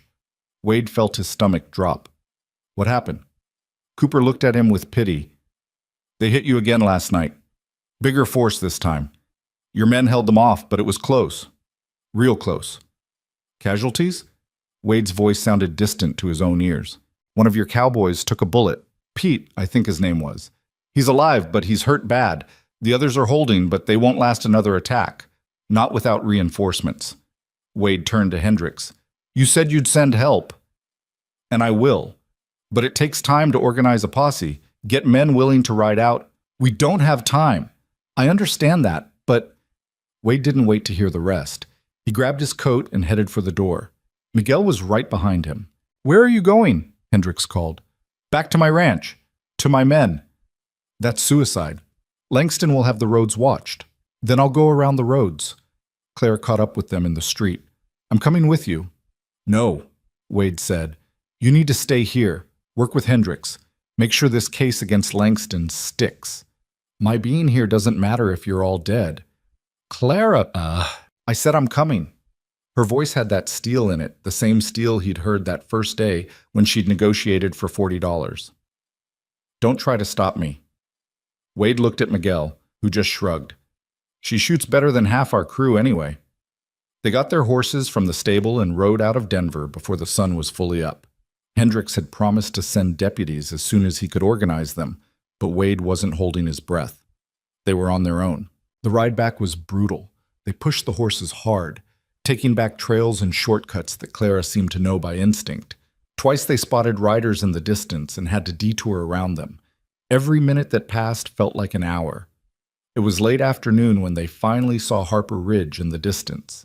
Smoke was rising from somewhere near the house. Wade's heart hammered as they spurred the horses into a final gallop. The ranch looked like a war zone. The barn was still just a blackened ruin. The house was riddled with bullet holes, several windows broken completely. There were bodies in the yard. Wade counted 4 before he stopped counting. The front door was barricaded with furniture. Pete, Wade shouted as they rode up. Danny, anyone! The door cracked open and Hank peered out, his face blackened with powder burns. When he saw them, his expression crumbled with relief. Boss, he said. Thank God. They got inside and Wade saw the situation was worse than he'd feared. Pete was lying on the kitchen table, his chest wrapped in bloody bandages. Danny was sitting against the wall, his legs splinted and his face gray with pain. Young Tommy was conscious but weak, sweating with fever. Rosa was there, Miguel's wife. She looked exhausted but determined, moving between the wounded men with water and clean cloths. What happened? Wade asked. Hank slumped into a chair. They came back around midnight. More of them this time, maybe 15. We fought them off, but they got Pete early on. Bullet went through his side. We don't know if he's going to make it. Wade moved to Pete's side. The older cowboy's breathing was shallow and his skin was clammy. Wade had seen enough bullet wounds to know this one was bad. Did they say anything? Wade asked. Make any demands? Just kept shooting, trying to burn us out. We got lucky. The wind was blowing wrong and the fires didn't catch. But they'll be back. Probably tonight. Miguel had gone to the window and was looking out at the darkening sky. How many men we got who can still fight? You, me, boss makes 3, Hank said. Danny can shoot, but he can't move. Tommy's fever is getting worse. That's it. 5 guns against 15, Miguel said. Those are bad odds. We've faced worse, Wade lied. Clara had moved to Tommy's side and was checking his bandages. The boy looked at her with fever-bright eyes. Miss Clara, I tried to be brave. You were brave, she said softly. You were so brave. Am I going to die? Clara's hand stilled. No, you're going to be fine. But Wade could see the doubt in her face. The infection was setting in. Without a real doctor, Tommy might not last the week. A sound outside made everyone freeze. Horses, multiple horses coming fast. Wade grabbed his rifle and moved to the window. His heart sank. At least a dozen riders were approaching, spread out in a line. Even in the fading light, he could see they were armed to the teeth. And in the center, riding calm and elegant as always, was Silas Crow. They're here, Wade said. Everyone who could move grabbed a weapon. Miguel and Hank took positions at the windows. Clara loaded the shotgun with steady hands. Wade checked his rifle, knowing they had maybe 200 rounds left total. Not enough. Not nearly enough. The riders stopped about 50 yards out, just out of easy rifle range. Silas sat his horse and looked at the battered ranch house with what might have been amusement. "Mr. Callahan," he called out, "I must say, you're remarkably stubborn. Most men would have given up by now." Wade didn't answer. He just aimed his rifle and waited. "My employer's tired of this game," Silas continued. "He's authorized me to make you a final offer. Send out Miss Monroe and the ledger, and the rest of you walk away alive. You have my word." "Your word is worth spit," Wade shouted back. "You said that already." Silas smiled. "True. But it's still better than your other option, which is dying in that house when we burn it down around you." Clara stepped up beside Wade. Before he could stop her, she leaned out the window. "I'll make you a counteroffer," she shouted. "You turn around and ride away, and maybe I don't testify about every name in this ledger, including yours, Silas. Or should I say Silas Maddox, wanted for murder in Kansas." Silas's smile froze. Behind him, some of the riders shifted nervously. "Federal Marshal in Denver has the ledger now," Claire continued. "He's building a case. You're all in there, every one of you, so maybe killing us isn't the smart play anymore. Maybe running is." "You're bluffing," Silas said, but his voice had changed. "Am I? You want to bet your life on that?" A long moment of silence stretched out. Wade could see Silas thinking, calculating odds, trying to decide if Clara was telling the truth. Some of the men behind him were talking to each other in low voices, looking uncertain. Then Silas's expression hardened. "Kill them all," he said. The riders spurred forward as gunfire erupted from both sides. Wade fired, levered another round, fired again. Beside him, Clara's shotgun roared. Return fire shattered what was left of the windows, splinters flying. One rider went down, another. But there were too many, and they were coming too fast. "Fall back," Wade shouted. They retreated from the windows as riders reached the house. Wade heard boots hitting the porch, heard someone trying to break down the barricaded door. Miguel fired through a gap in the boards, and someone screamed. A bottle crashed through the window, trailing fire. Coal oil. The rug caught, and flames started spreading across the floor. "Put it out," Wade yelled, but even as he said it, another bottle came through, and another. Suddenly the whole front room was burning, and they were being driven back toward the kitchen. This was it. This was how it ended, burned alive or shot trying to escape. Wade thought about his father, about the ranch that had stood for 40 years and would die tonight. Then he heard something that didn't make sense. Shouting from outside. Not Langston's men, different voices, and more gunfire, but from a different direction. Wade risked a look through the smoke and flames and saw riders pouring into the yard from the west. They wore badges. Federal deputies, at least 20 of them, firing into Langston's men from behind. Hendricks had come through. The fight turned into chaos.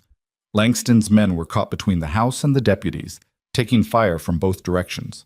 Wade saw Silas trying to rally them, saw several men throw down their weapons and raise their hands. The elegant bastard's horse reared as bullets kicked up dirt around its hooves. "Surrender!" someone was shouting. "Federal marshals, drop your weapons!" See, some did. Others tried to run and were cut down. Within minutes, it was over.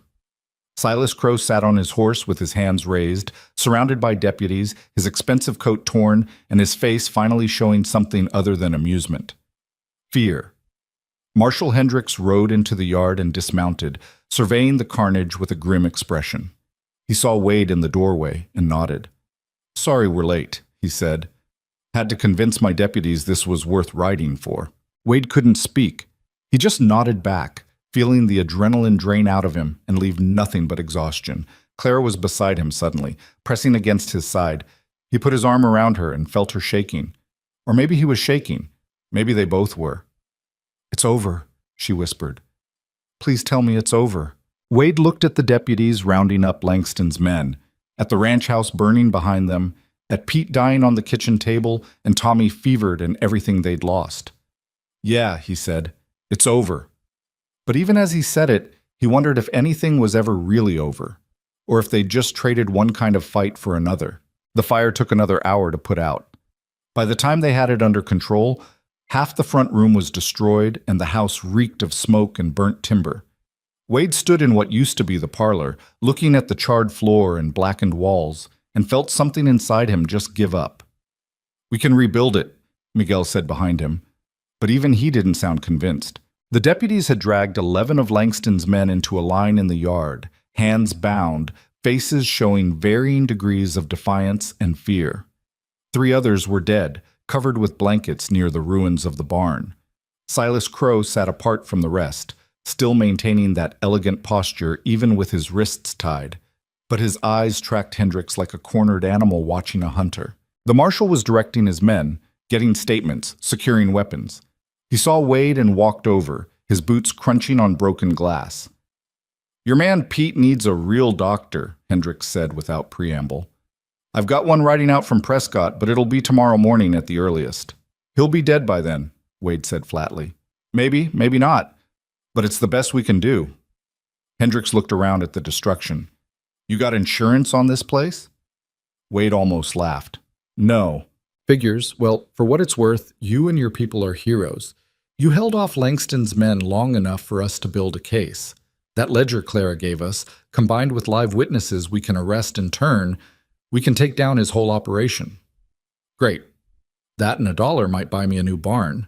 Hendricks's jaw tightened, but he didn't take the bait. "I know you're angry. You got a right to be. But what you did here matters. Those girls Langston trafficked, the families he destroyed, the officials he corrupted, all of that ends because you didn't back down. Tell that to Pete when he's bleeding out on my kitchen table." "I will if I have to." Hendricks paused. "Look, I need Miss Monroe to come back to Denver with me. We're moving on Langston tomorrow, and I need her testimony. Can you spare her?" Wade looked through the doorway to the kitchen where Clara was helping Rosa tend to the wounded. Her dress was filthy. Her hair had come loose from its pins, and there was blood on her hands that might have been Pete's or Tommy's or her own. She looked exhausted. She looked beautiful. "That's her choice," Wade said. "Not mine." "Fair enough." Hendricks walked away to deal with his prisoners. Wade stayed where he was, staring at the burned floor and thinking about his father, about how the old man had built this ranch from nothing, had survived droughts and hard winters and market crashes, had poured 30 years of his life into these buildings and this land, and Wade had lost it all in 1 month. "Stop it," Clara said. He turned. She'd come up behind him without him noticing, moving quiet like she always did. "Stop what?" "Blaming yourself. I can see it on your face. This is my fault. I let you stay. I knew you were in danger and I let you stay anyway because I was selfish and desperate and human," Clara interrupted. "You were human. You made a choice. So did I. So did every man who stayed to fight. You don't get to take all the blame just because you're the boss." Wade shook his head. My father would be ashamed. "Your father's dead, and I never met him, but I've seen what he built. This ranch wasn't just about the buildings, Wade. It was about the people, about making something that mattered. You think he'd be ashamed that you fought for your people instead of just saving the lumber? We lost anyway. We're still standing. That's not losing." Wade looked at her. Really looked at her. There was something different in her face now, something harder and more certain than when she'd first arrived. She'd killed men tonight. They both had. That changed a person.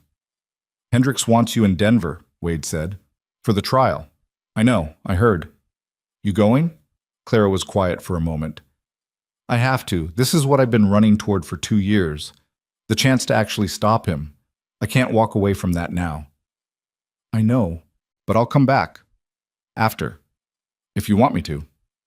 Wade almost said yes immediately, but something made him hesitate, made him think about what coming back would mean. She'd be returning to a destroyed ranch with no money and no future, to a broken man who didn't have anything to offer her except more struggle. "You don't have to," he said. "You don't owe me anything." Clara stepped closer. They were inches apart now, close enough that Wade could smell smoke and sweat and something underneath that was just her. "I'm not coming back because I owe you," she said. "I'm coming back because I want to. Because this place, these people, you're the first thing that's felt like home in longer than I can remember, but only if you want me here." Wade reached out and touched her face. His hand was shaking slightly. "I want you here. Then I'll come back." She kissed him, just once, soft and quick, and then she was gone before he could react. Wade stood there in the burned-out parlor with his fingers touching his lips, feeling something that might have been hope, or might have been terror, or might have been both. Clara left before dawn with Hendricks and 6 deputies. Wade watched them ride out from the porch, her form small in the pre-dawn darkness. She didn't look back. He didn't expect her to. The doctor arrived 2 hours later, a grizzled old man named Morris, who'd seen more bullet wounds than he cared to count. He examined Pete first, poking and prodding while the cowboy gritted his teeth. "Bullet's still in there," Morris said, "lodged against a rib. I can get it out, but it won't be pleasant." "Just do it," Pete managed through clenched teeth. They held him down while Morris worked. Pete screamed once, a raw sound that made Wade's stomach turn, and then passed out. The doctor kept going, his hands steady despite his age. When he finally pulled the bullet out, it was mushroomed and ugly. "He might make it," Morris said, washing his hands in a basin Rosa brought. "Might not. Next few days will tell." He checked Tommy next. The boy's fever had broken sometime in the night, and he was sleeping fitfully. Morris changed the bandages and nodded with satisfaction. "This one will be fine. Young, strong. Give him a week, and he'll be up and complaining about being bored." Danny's leg was set properly and splinted. The other men had minor wounds that Morris cleaned and dressed. By the time he was done, the sun was fully up and the ranch looked even worse in daylight than it had the night before. Wade walked the property with Miguel, taking inventory of the damage. The barn was a total loss. The house needed extensive repairs to the front room, new windows throughout, the porch rebuilt. The fences were cut in a dozen places. 2 of the water troughs had bullet holes. The chicken coop was destroyed and all the chickens were gone, probably scattered to the coyotes. "How much to fix all this?" Wade asked. Miguel was quiet, doing math in his head. 3,000, maybe more. Wade had $800 in the bank. The debt to First Bank of Prescott was still $8,000, due in 2 weeks. "We're finished," Wade said. "Maybe not. We could sell off the cattle, use that money to what? We'd get maybe 2,000 for the whole herd. That still leaves us 6,000 short, and with no cattle, we've got no ranch anyway." Miguel didn't have an answer for that. They stood looking at the burned barn together, 2 men trying to figure out how to save something that was already dead. The neighbors started arriving around noon. First came the Hendricks family from the next ranch over. No relation to the Marshall, different spelling. Then the McCormicks, the Johnsons, the widow Chen, and her 3 sons. By mid-afternoon, there were maybe 40 people gathered in the yard, ranch families from all around Prescott County. Wade didn't understand what was happening until they started unloading wagons. Timber, nails, tools, food, blankets. John Hendricks walked up to Wade with his hat in his hands. "Heard you had some trouble," he said. "Figured you could use some help." Wade stared at him. "I can't pay you." "Didn't ask you to. We're neighbors. This is what neighbors do." And just like that, they got to work. The men started clearing rubble, while the women set up cooking stations and tended to the wounded. The widow Chen's sons, all carpenters, began drawing up plans for rebuilding the barn. Someone else was already measuring for new windows. Wade stood there watching, unable to process what he was seeing. Miguel came up beside him. "You didn't tell them we're losing the ranch in 2 weeks," Miguel said quietly. "Didn't seem right. They're here to help, not to waste their time on a lost cause." "Maybe you should tell them anyway. Let them decide." Wade didn't want to. Didn't want to see the pity in their faces when they realized they were building on a foundation that would belong to the bank in a fortnight. But Miguel was right. They deserved to know. He climbed up on the porch and called for everyone's attention. The work stopped. 40 faces turned to look at him. "I appreciate this," Wade said. His voice sounded rough. "More than I can say. But you should know. We're 30 days past due on our loan. The bank's going to foreclose in 2 weeks. Everything you build here, it won't be mine much longer." Silence. People looked at each other, whispering. Wade waited for them to pack up and leave. Instead, John Hendricks spoke up. "How much you owe?" 8,000. More whispers. Then the widow Chen stepped forward. "I have $300 saved. You can have it." "No, I can't." "I'm not asking," she said firmly. "My husband built this community. You're part of it. Take the money." "I've got 200, someone else called. "It's yours." 100 here, said another. 50, said a third. They kept going, family after family, offering what they could. Some had money, some offered cattle or equipment or labor. Wade tried to stop them, but they wouldn't listen. When they finished counting, they'd pledged nearly $4,000. Wade couldn't speak. He just stood there while his eyes burned and his throat closed up. "That's half what you need," John Hendricks said. "We'll figure out the rest." "I can't take this," Wade managed. "It's too much." "You held off Langston's men to protect a woman nobody else would help," the widow Chen said. "You think we don't hear about these things? The whole county knows what you did, what you stood for. Money's just money. But what you showed, that matters." The work started again, faster now, energized. Wade climbed down from the porch feeling like he'd been hit in the chest. Miguel was grinning. "Told you," was all he said. The trial started 6 days later in Denver. Wade rode in with Miguel and Tommy, who insisted he was well enough to travel despite still being pale and weak. They arrived to find the courthouse surrounded by people. Reporters from newspapers as far away as Chicago, curious citizens, protesters carrying signs both for and against Langston. Inside, the courtroom was packed. Wade found seats in the back and tried to make himself small. He wasn't here to testify, wasn't part of the case, he just wanted to see it through. Clara was already there, sitting at the prosecutor's table with Hendricks and 2 other federal marshals.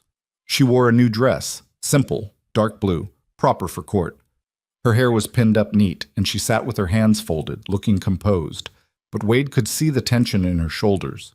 Victor Langston sat at the defense table with 3 expensive lawyers in tailored suits. He was a handsome man in his 50s, silver-haired and distinguished, exactly the kind of person you'd trust with your money or your daughter. Looking at him, Wade understood how he'd gotten away with it for so long. He didn't look like a monster. He looked like success. The trial lasted 3 days. Wade sat through all of it, listening to testimony that made his stomach turn. Girls who'd been lured with promises of honest work and ended up imprisoned. Officials who'd taken bribes to look the other way. Business partners who'd been threatened or killed when they tried to back out. And through it all, Clara's ledger, presented page by page, name by name, damning detail after damning detail. Clara testified on the second day. Wade watched her walk to the witness stand with her head high, watched her swear to tell the truth, watched her look directly at Langston without flinching. "State your name for the record," the prosecutor said. "Clara Monroe Bennett." "And how did you come to work for Victor Langston?" Clara took a breath. "I was hired as a cook at his hotel in St. Louis 3 years ago. I needed work, and he was paying fair wages. At first, I didn't see anything unusual. When did that change?" "About 8 months in. I started noticing girls coming and going at odd hours. Young girls, some of them barely teenagers. They'd arrive through the back entrance looking hopeful and leave looking broken. I asked questions, but nobody would answer, so I started paying attention." "What did you observe?" "Men visiting at night, transactions in the back office, girls being moved from the hotel to other locations. I didn't have proof, just suspicions. Then one night I was cleaning Mr. Langston's private office, and I found the ledger." The prosecutor held it up. "This ledger?" "Yes." "And what did it contain?" Clara's voice stayed steady. "Financial records of human trafficking, names of girls who'd been sold, amounts paid, names of officials who'd been bribed to ignore it, details of land fraud and corruption across 4 states. Everything." "What did you do when you found it?" "I took it. I knew if Mr. Langston discovered I'd seen it, I'd disappear like those girls. So I took it, and I ran." Langston's lead attorney stood up. "Objection. The witness is characterizing my client as a murderer without evidence." "Sustained," the judge said. "The witness will stick to facts." Clara nodded. "I took the ledger and left St. Louis that night. I've been running ever since." The cross-examination was brutal. Langston's attorneys tried to paint Clara as a thief, a liar, an opportunist who'd stolen private business records to extort her employer. They questioned her credibility, her motives, her character. They brought up her weight, suggesting she was bitter and vengeful because Langston had rejected her advances. Wade wanted to stand up and punch all 3 of them, but Clara didn't break. She answered every question calmly, provided details they couldn't refute, pointed to entries in the ledger that corroborated her testimony. By the time they finished, the attorneys looked frustrated and Clara looked exhausted but undefeated. The prosecution called more witnesses. Silas Crow, who'd agreed to testify in exchange for a reduced sentence. 2 of the girls who'd escaped Langston's operation, now grown women willing to face him in court. A railroad executive who admitted to taking bribes. A land official named Harold Pence, who broke down crying on the stand as he confessed to years of fraud. It all pointed to one man, one carefully constructed empire of corruption and cruelty. On the third day, the jury deliberated for 4 hours. When they came back, the foreman stood and read the verdict. Guilty. On all 43 counts. The courtroom erupted. Langston's face went white. His lawyers immediately started filing appeals, but the judge wasn't having it. He sentenced Langston to 40 years in federal prison, to be served in consecutive terms with no possibility of parole. Wade watched them take Langston away in chains. The distinguished gentleman who'd looked so respectable 3 days ago now looked small and old and defeated. As he passed Clara's seat, he stopped and looked at her. "You destroyed me," he said quietly. Clara looked him in the eye. "No, I just stopped you from destroying anyone else." They led him away. Clara sat very still at the prosecutor's table, her hands folded in front of her. Then she put her face in her hands and cried. Wade found her an hour later in a small park near the courthouse. She was sitting on a bench, staring at nothing. He sat down beside her. "You did it," he said. "Yeah. You should be happy." "I know." They sat in silence. Somewhere nearby, church bells were ringing. Denver was going about its business, unaware that the world had just shifted for the better. "What happens now?" Wade asked. Clara wiped her eyes. "Hendricks says there are more arrests coming. Officials in 3 states, business partners, everyone connected to Langston's operation. It's going to take months to untangle it all." "And you?" "I'm free to go. They don't need me anymore. The ledger and the testimony are enough." "So you can go anywhere. Do anything." Clara looked at him. Her eyes were red but clear. "I can. New York, San Francisco, somewhere that doesn't have bullet holes and burned barns." "I could," Clara agreed. "But I won't." Wade felt something unclench in his chest. "You sure? Harper Ridge isn't much to come back to." "It's enough. We still might lose it. The neighbors raised $4,000, but we need double that." "Then we'll figure it out together." Wade took her hand. "I don't have anything to offer you. No money, no security, no promises that things will get better." "I don't want promises," Claire said. "I want a place to stand and fight. I want people who won't run when things get hard." "I want you." She paused. "If you'll have me." Wade pulled her close and kissed her, not soft and quick like before, but deep and certain, like a declaration. Claire kissed him back, and he could taste salt from her tears. When they finally pulled apart, she was smiling. "Let's go home," she said. They rode back to Harper Ridge the next day. The trip took longer because Tommy still couldn't handle hard riding, but Wade didn't mind. He kept looking over at Clara, at the way she sat her horse confident and easy, and thinking about the word she'd used. Home. When they crested the final ridge and the ranch came into view, Wade stopped his horse. The barn was half rebuilt. Not finished, but the frame was up and the roof was on. The house had new windows and the front porch was repaired. The yard was clean, the fences mended. People were still working. Wade could see figures moving around, hammering and sawing. "They didn't stop," Miguel said. He sounded awed. They rode down and were immediately surrounded by neighbors. The widow Chen, John Hendricks, the McCormick brothers, all of them grinning. Rosa came out of the house and hugged Miguel hard enough to crack ribs. "We've been working every day," John explained. "Figured you'd want something to come back to." "I don't know what to say," Wade managed. "Don't say anything. Just help us finish." Wade looked at Clara. She was looking around the ranch with tears in her eyes, taking in the rebuilt structures and the people who'd made it happen. "Welcome home," Wade said quietly. She squeezed his hand. That night, after the neighbors had gone and it was just the ranch crew again, they sat around the kitchen table for dinner. Rosa had cooked. Claire insisted on taking the night off. And the food was simple, but good. Pete was there, still weak, but conscious and eating. Danny hobbled around on crutches. Tommy was already regaining color in his face. "Boss," Pete said, "we need to talk about the bank." Wade nodded. He'd been avoiding this conversation. "We're still 4,000 short." "I don't know how to get it. I've got 300 saved," Hank said. "You can have it." "I've got 100, Danny added. "No," Wade said firmly. "You all already gave up wages to stay here. I'm not taking your savings too." "Then what's your plan?" Miguel asked. Wade didn't have one. He'd been trying to figure it out for days and kept coming up empty. They could sell cattle, but that would gut the herd. They could sell equipment, but they needed it to operate. There was no way to raise $4,000 in a week. We could talk to the bank, Clara said quietly. Explain the situation. Ask for an extension. Banks don't give extensions. They give foreclosures. Not always. Sometimes they'd rather have a working ranch than a dead one. Wade wanted to believe that, but he'd dealt with First Bank of Prescott before. They weren't known for mercy. Still, it was worth trying. He rode into Prescott the next morning with Clara and Miguel. The bank manager was a thin man named Abernathy who looked at them over wire-rimmed spectacles like they were bugs he was considering crushing. "Mr. Callahan," he said, "I assume you're here to settle your debt." "I'm here to ask for an extension," Wade said. "Another 6 months. We can pay half now and the rest—" "You can pay $4,000 now?" Abernathy interrupted.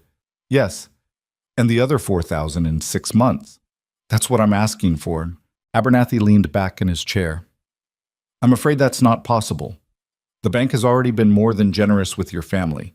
Your father was given multiple extensions before his death. We've allowed you an additional 2 years to get current. The time for extensions is over. We had trouble. Armed men attacked the ranch. I read the newspapers, Mr. Callahan. Very dramatic. But your personal troubles don't change the bank's position. You have until Friday to pay in full or we foreclose. Those are your options." Wade felt Clara's hand on his arm, warning him not to lose his temper.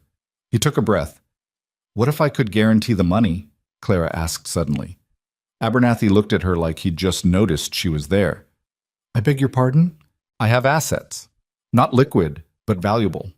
Information about Victor Langston's business dealings that could be sold to newspapers or used to pursue additional civil suits.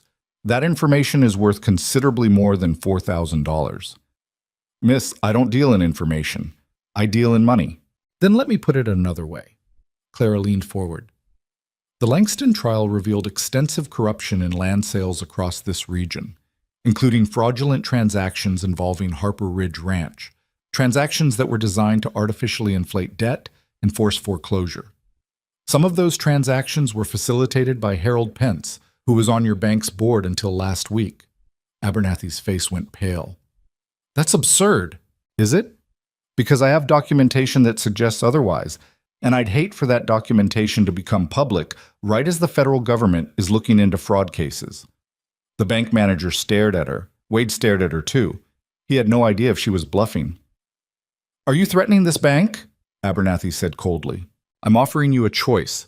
Give us a 6-month extension at a fair interest rate, or deal with an investigation into whether this foreclosure is legitimate or part of a larger fraud scheme. Your decision." The silence stretched out. Abernathy's hands were shaking slightly. Finally, he cleared his throat. "I'll need to consult with the board." "You have until Friday," Clara said. "Just like we do." They walked out of the bank together. Wade waited until they were on the street before grabbing Clara's arm. "Did you just blackmail a bank?" "I prefer aggressive negotiation." "Do you actually have documentation about the ranch?" Clara smiled slightly. "Pence testified that Langston targeted several ranches in this area. Harper Ridge was one of them. I don't have specific proof it involved your debt, but Abernathy doesn't know that." "So you were bluffing?" "Mostly." Miguel was grinning. "I like her more every day." They heard from the bank on Thursday. Abernathy sent a messenger with a letter offering a 6-month extension at 7% interest. Wade read it twice to make sure he understood correctly. "They agreed," he said. Clara smiled. "Told you." That Friday they delivered $4,000 to the bank. The money raised by neighbors plus the crew's saved wages that Wade had finally accepted. Abernathy processed the payment with barely disguised resentment and gave Wade a receipt showing the new terms. 6 months. They had 6 months to save the ranch completely. Wade walked out of that bank feeling something he hadn't felt in years. Not quite hope. He'd been burned too many times for that. But maybe possibility. Maybe the sense that things could actually get better if they kept fighting. Spring came hard that year, late and cold with snow that lingered into April. But when it finally broke, the ranch came alive. The new barn stood strong and solid, built better than the one that burned. The cattle thrived on fresh grass. The garden Clara planted behind the house started showing green shoots. More neighbors came to help finish repairs. The McCormick brothers helped rebuild the chicken coop and donated a new rooster and 6 hens. The widow Chen's sons built new water troughs. John Hendricks brought over a young bull to strengthen the herd. Slowly, painfully, Harper Ridge started to heal. Wade found Clara in the garden on a Tuesday morning in late May, kneeling in the dirt with her hands buried in soil. She'd planted tomatoes, beans, carrots, squash, herbs he couldn't name. Things were already growing, green and alive in neat rows that she tended every morning before the sun got too high. "Need help?" he asked. She looked up, shading her eyes. "You know anything about gardening?" "Not a damn thing." "Then no, I don't need help." But she was smiling when she said it. Wade sat on the ground beside her anyway, watching her work. Her hands moved with the same efficiency she brought to everything, no wasted motion, every action purposeful. She'd changed in the months since the trial. Still wore simple dresses, still kept her hair pinned back practical, but something in her face had shifted. She looked lighter somehow, like she'd put down weight that had nothing to do with her body. "Tommy's reading on his own now," Clara said, patting dirt around a tomato plant. "Finished that book I gave him and asked for another. Kid's smart, just never had the chance before. Lots of people are smart. They just don't get chances." She sat back on her heels. "I've been thinking about that. About chances." "Yeah? There's other kids around here who can't read, other families struggling. What if we did something about it?" Wade looked at her. "Like what?" "I don't know yet. Maybe teaching in the evenings. Maybe organizing supplies for families who need them. Something." She wiped dirt off her hands. "We got a second chance here. Seems wrong not to pass that along. We're barely keeping our own heads above water."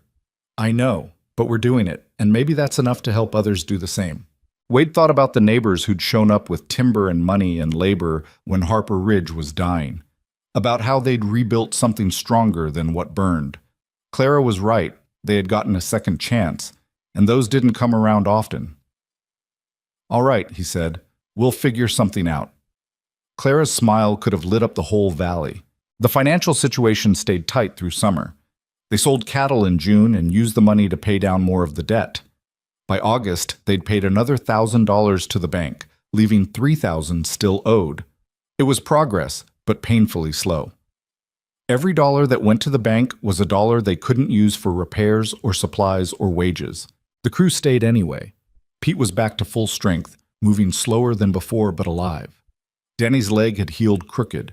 He'd walk with a limp the rest of his life. But he refused offers to leave for easier work. Tommy was growing like a weed, his voice finally dropping, suddenly too tall for his own coordination. Hank and the others worked long days for wages that were still sometimes late, and nobody complained. Wade knew he didn't deserve their loyalty, but he was grateful for it anyway. One evening in September, Miguel found Wade in the barn checking on a mare that was due to foal soon. "Boss, we need to talk," Miguel said. Wade looked up from examining the mare's belly. Miguel's face was serious in the lamplight. "What's wrong?" "Nothing's wrong. That's the problem." Miguel leaned against the stall door. "We're doing okay, better than okay. The cattle are healthy, the hay harvest was good, we're paying down the debt. Everything's stable." "And that's a problem how?"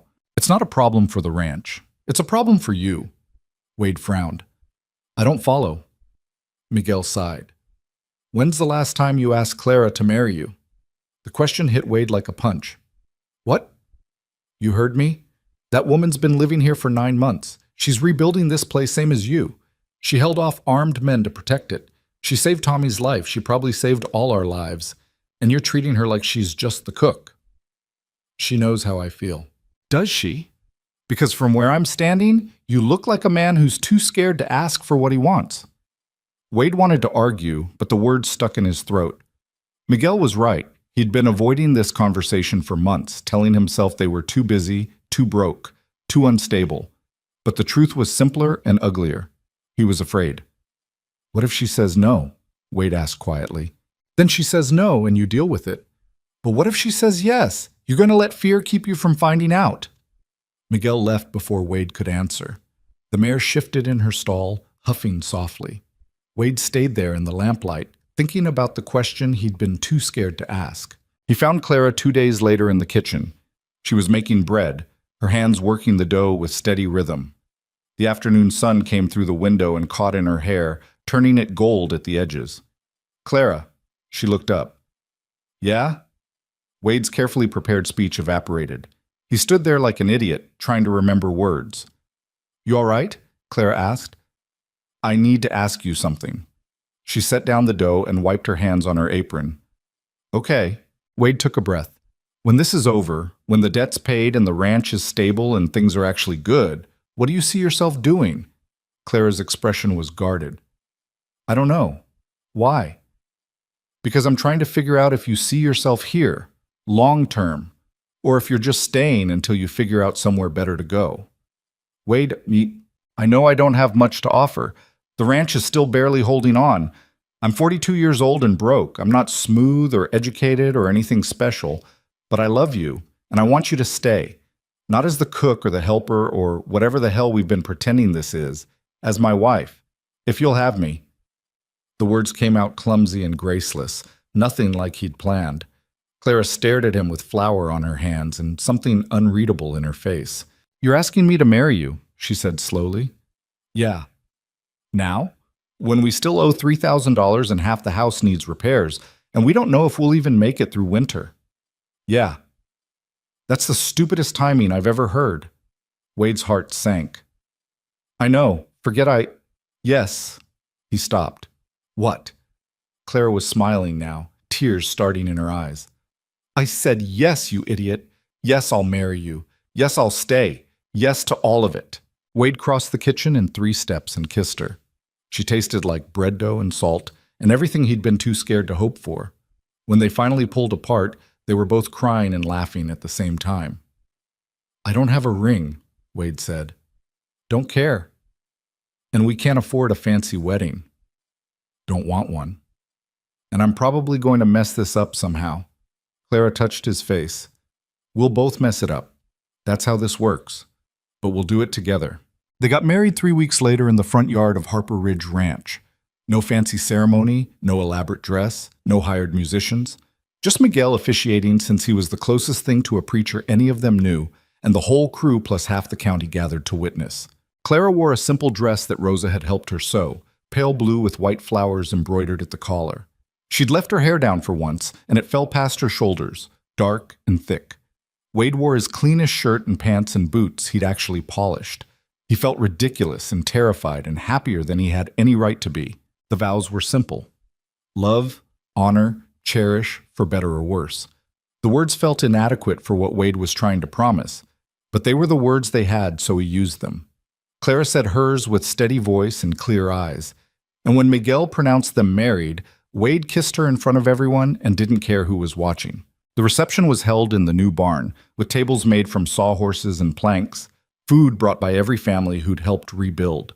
Someone had a fiddle and someone else had a guitar, and the music was rough but joyful. People danced in the dirt and the light of hanging lanterns, celebrating 2 people who'd fought their way through hell to stand here together.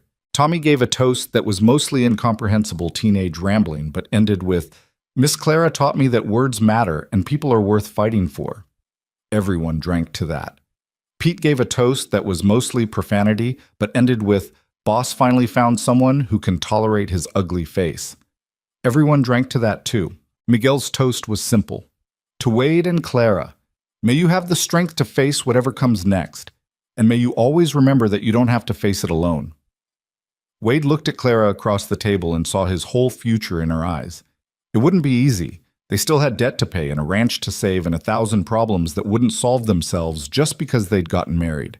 But for the first time in years, he believed they could actually do it. They could survive. They could build. They could win. The autumn brought work that never seemed to end. The cattle needed moving to winter pasture. The barn needed finishing touches. Fences needed constant repair. Wade and Clara fell into a rhythm, up before dawn, working until dark, falling into bed exhausted every night. But it was different now. The exhaustion felt like building something instead of watching something die. And having Clara beside him, her quiet strength and sharp mind and stubborn refusal to give up, made every day feel possible. In October, a letter arrived from Denver. It was from one of the girls who'd testified against Langston, a woman named Sarah, who was maybe 25 but looked older. She thanked Clara for her courage, said she was starting a new life in California, said she thought about what Clara did every time she felt like giving up.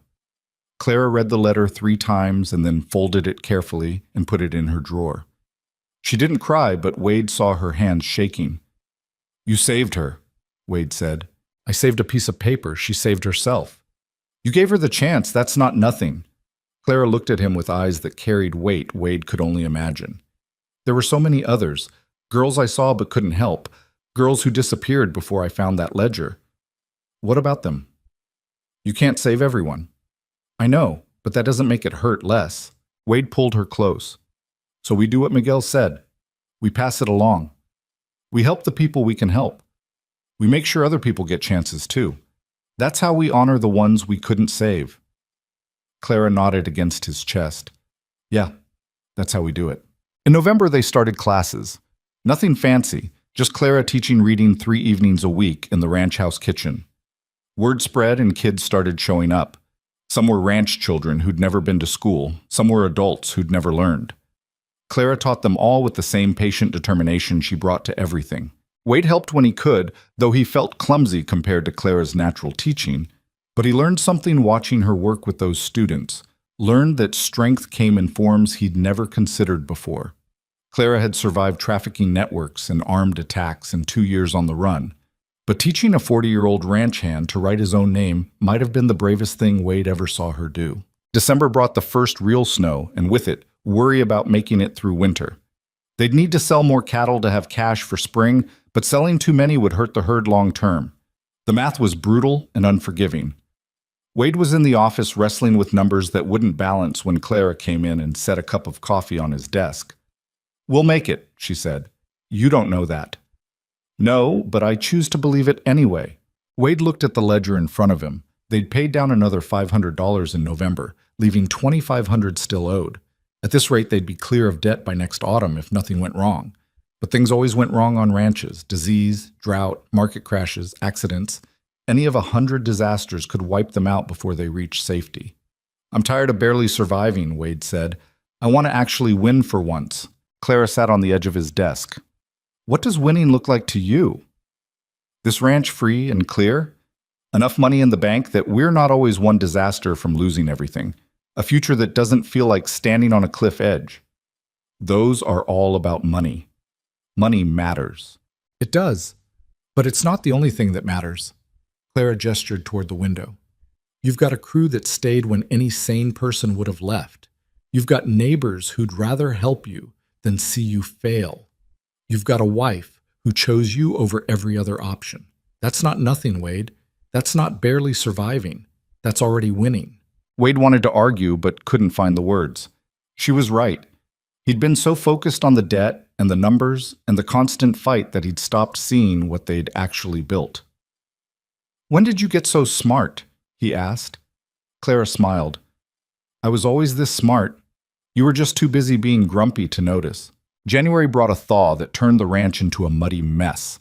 February brought more snow. March was an icy hell that killed 3 cattle and destroyed part of the northern fence line. They rebuilt and kept going because that's what you did on a ranch. You rebuilt and you kept going. In April, Hendricks sent word that the last of Langston's organization had been dismantled. 23 people arrested across 4 states, hundreds of thousands of dollars in seized assets being distributed to victims and their families. The whole corrupt empire reduced to rubble. Clara read the letter and set it down without comment.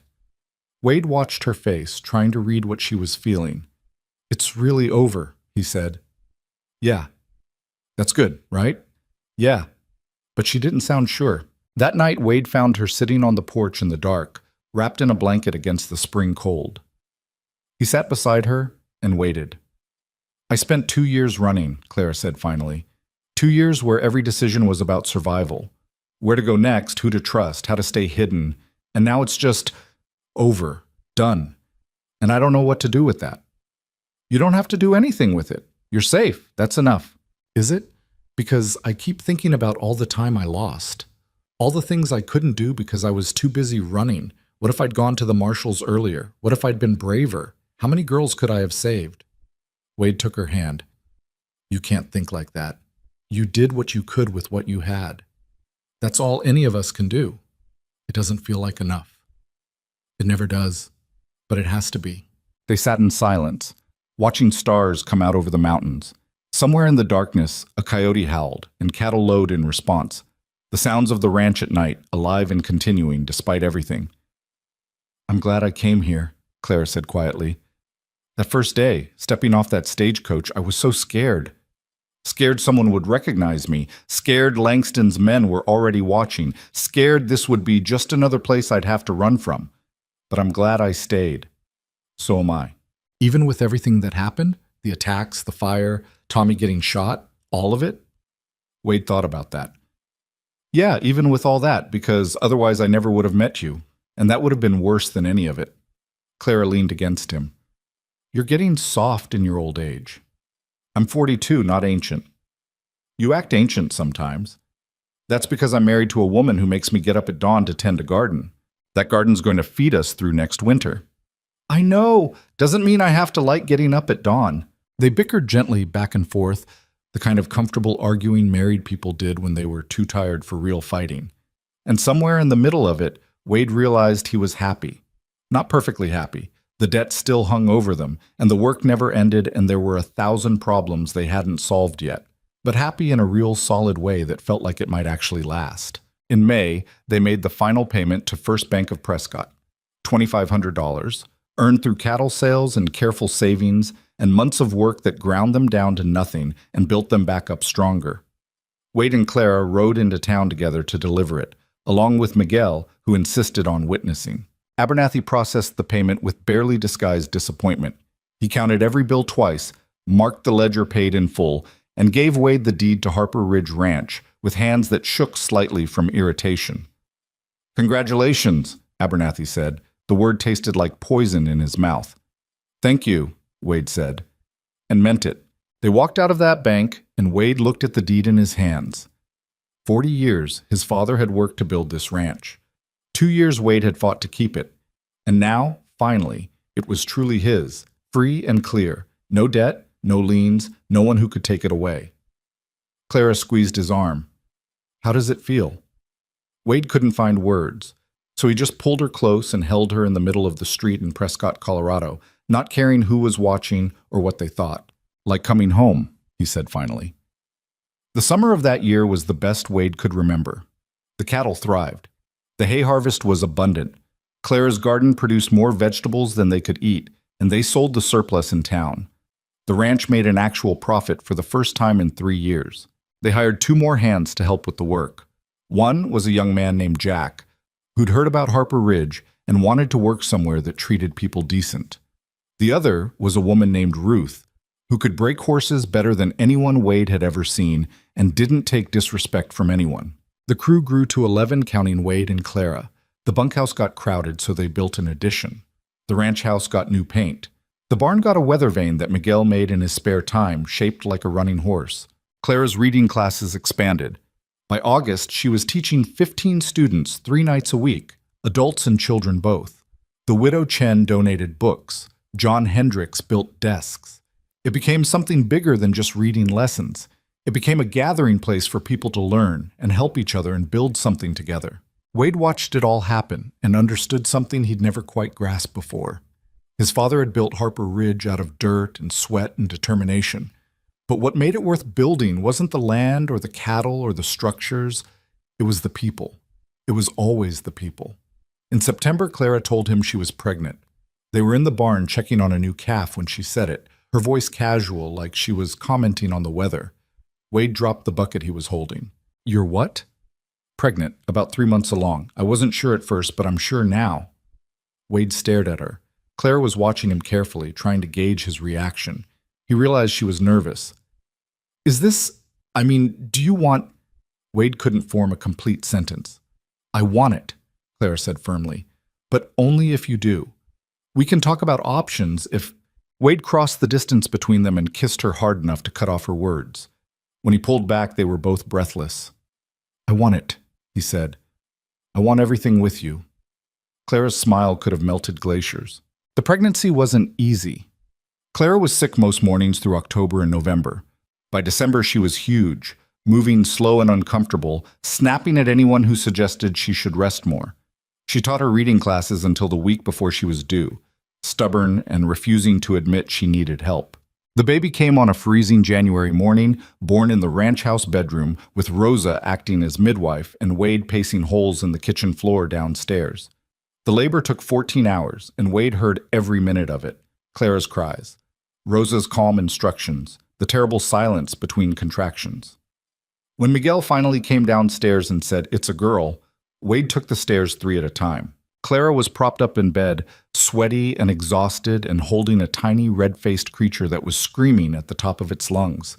She looked up when Wade came in, and her expression was pure, exhausted triumph. "She's got a set of lungs on her," Clara said. Wade sat on the edge of the bed and looked at his daughter. She was wrinkled and angry, and the most beautiful thing he'd ever seen. "What do we name her?" he asked.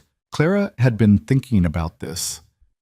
"Sarah, after the girl who wrote me that letter, the one who said I gave her courage." Wade touched his daughter's tiny hand. She grabbed his finger with surprising strength. "Sarah Callahan. I like it."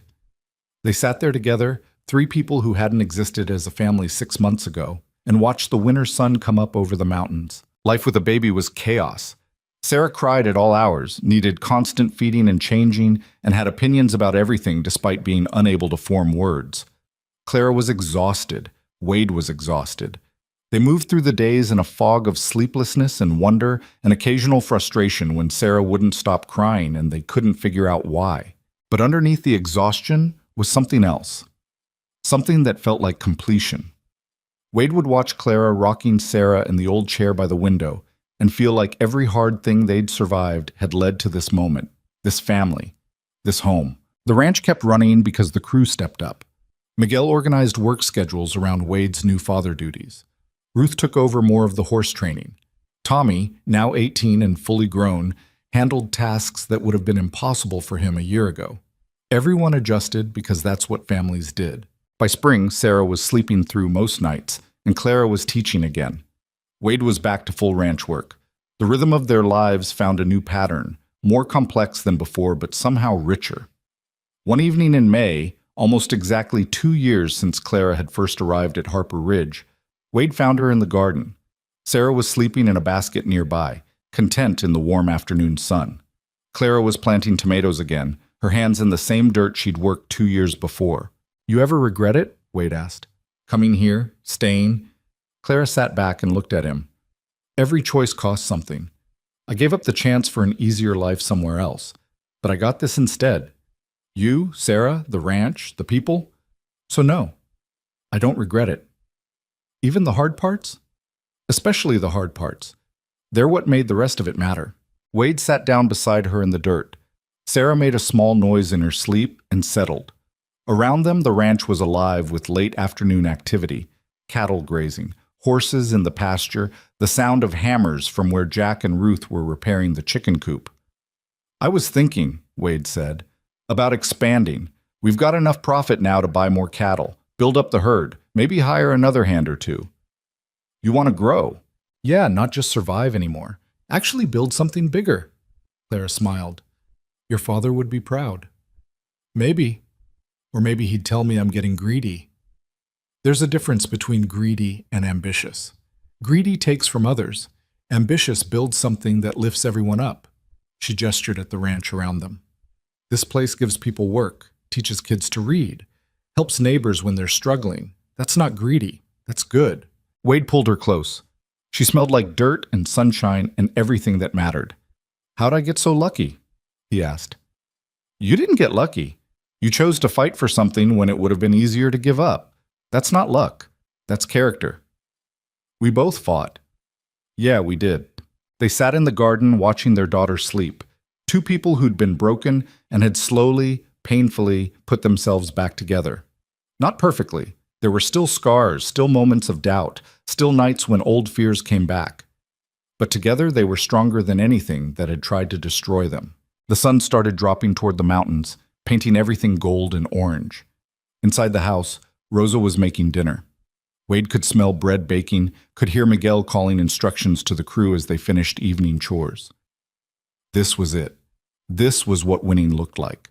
Not perfection or endless wealth or a life without problems. Just people taking care of each other, building something that mattered, refusing to let the hard parts break them. Clara stood up and brushed dirt from her dress. Come on, dinner's almost ready, and if we're late, Miguel will eat all the good bread. Wade scooped up Sarah's basket and followed his wife toward the house. Behind them, the garden grew in neat rows, patient and persistent. Above them, the Colorado sky stretched endless and blue. Around them, the ranch hummed with life and purpose. Harper Ridge had been dying when Clara arrived. Now it was thriving, and Wade finally understood that the ranch had never been about the land or the buildings or even the cattle. It had always been about the people willing to fight for it. People like his father, who'd built it from nothing. People like Miguel, who'd stayed when leaving would have been smarter.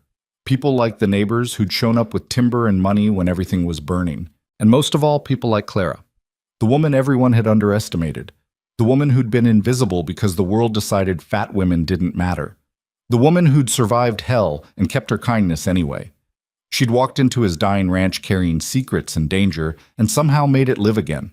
Not through magic or luck, but through stubborn determination and hard work and a refusal to let cruelty win. That night, after Sarah was asleep and the house was quiet, Wade and Clara sat on the porch watching stars come out. They didn't talk much. After 2 years together, they didn't always need words, but Wade reached over and took her hand, squeezing once. Clara squeezed back, and that was enough. That was everything. The ranch would face other challenges. There would be drought years and hard winters and market crashes and all the 1,000 disasters that came with trying to build something from dust and hope. But they'd face it together. All of them, Wade and Clara and Sarah and the crew and the neighbors and the students who came to learn reading and the people they hadn't even met yet who would need help someday. They'd face it because that's what people did when they decided something was worth fighting for. They fought. They rebuilt. They kept going. And sometimes, if they were lucky and stubborn and refused to give up, they won. Not perfectly, not easily, but truly. Harper Ridge Ranch stood against the mountains, solid and enduring. Inside its walls, people laughed and argued and worked and loved and built a life that mattered. The woman everyone had mocked had become the heart that kept it all beating. The lonely cowboy who'd given up hope had learned to believe again. Together they'd proven something that too many people forgot. Strength didn't come from being perfect. It came from being broken and choosing to keep going anyway. From seeing someone the world overlooked and deciding they mattered. From standing up when falling down would be easier. From refusing to let the worst parts of life destroy the best parts of who you could be. The stars wheeled overhead, indifferent and eternal. But here on this small ranch in Colorado, two people who'd survived everything the world threw at them sat together in the darkness, holding hands and watching their future grow. And that made all the difference.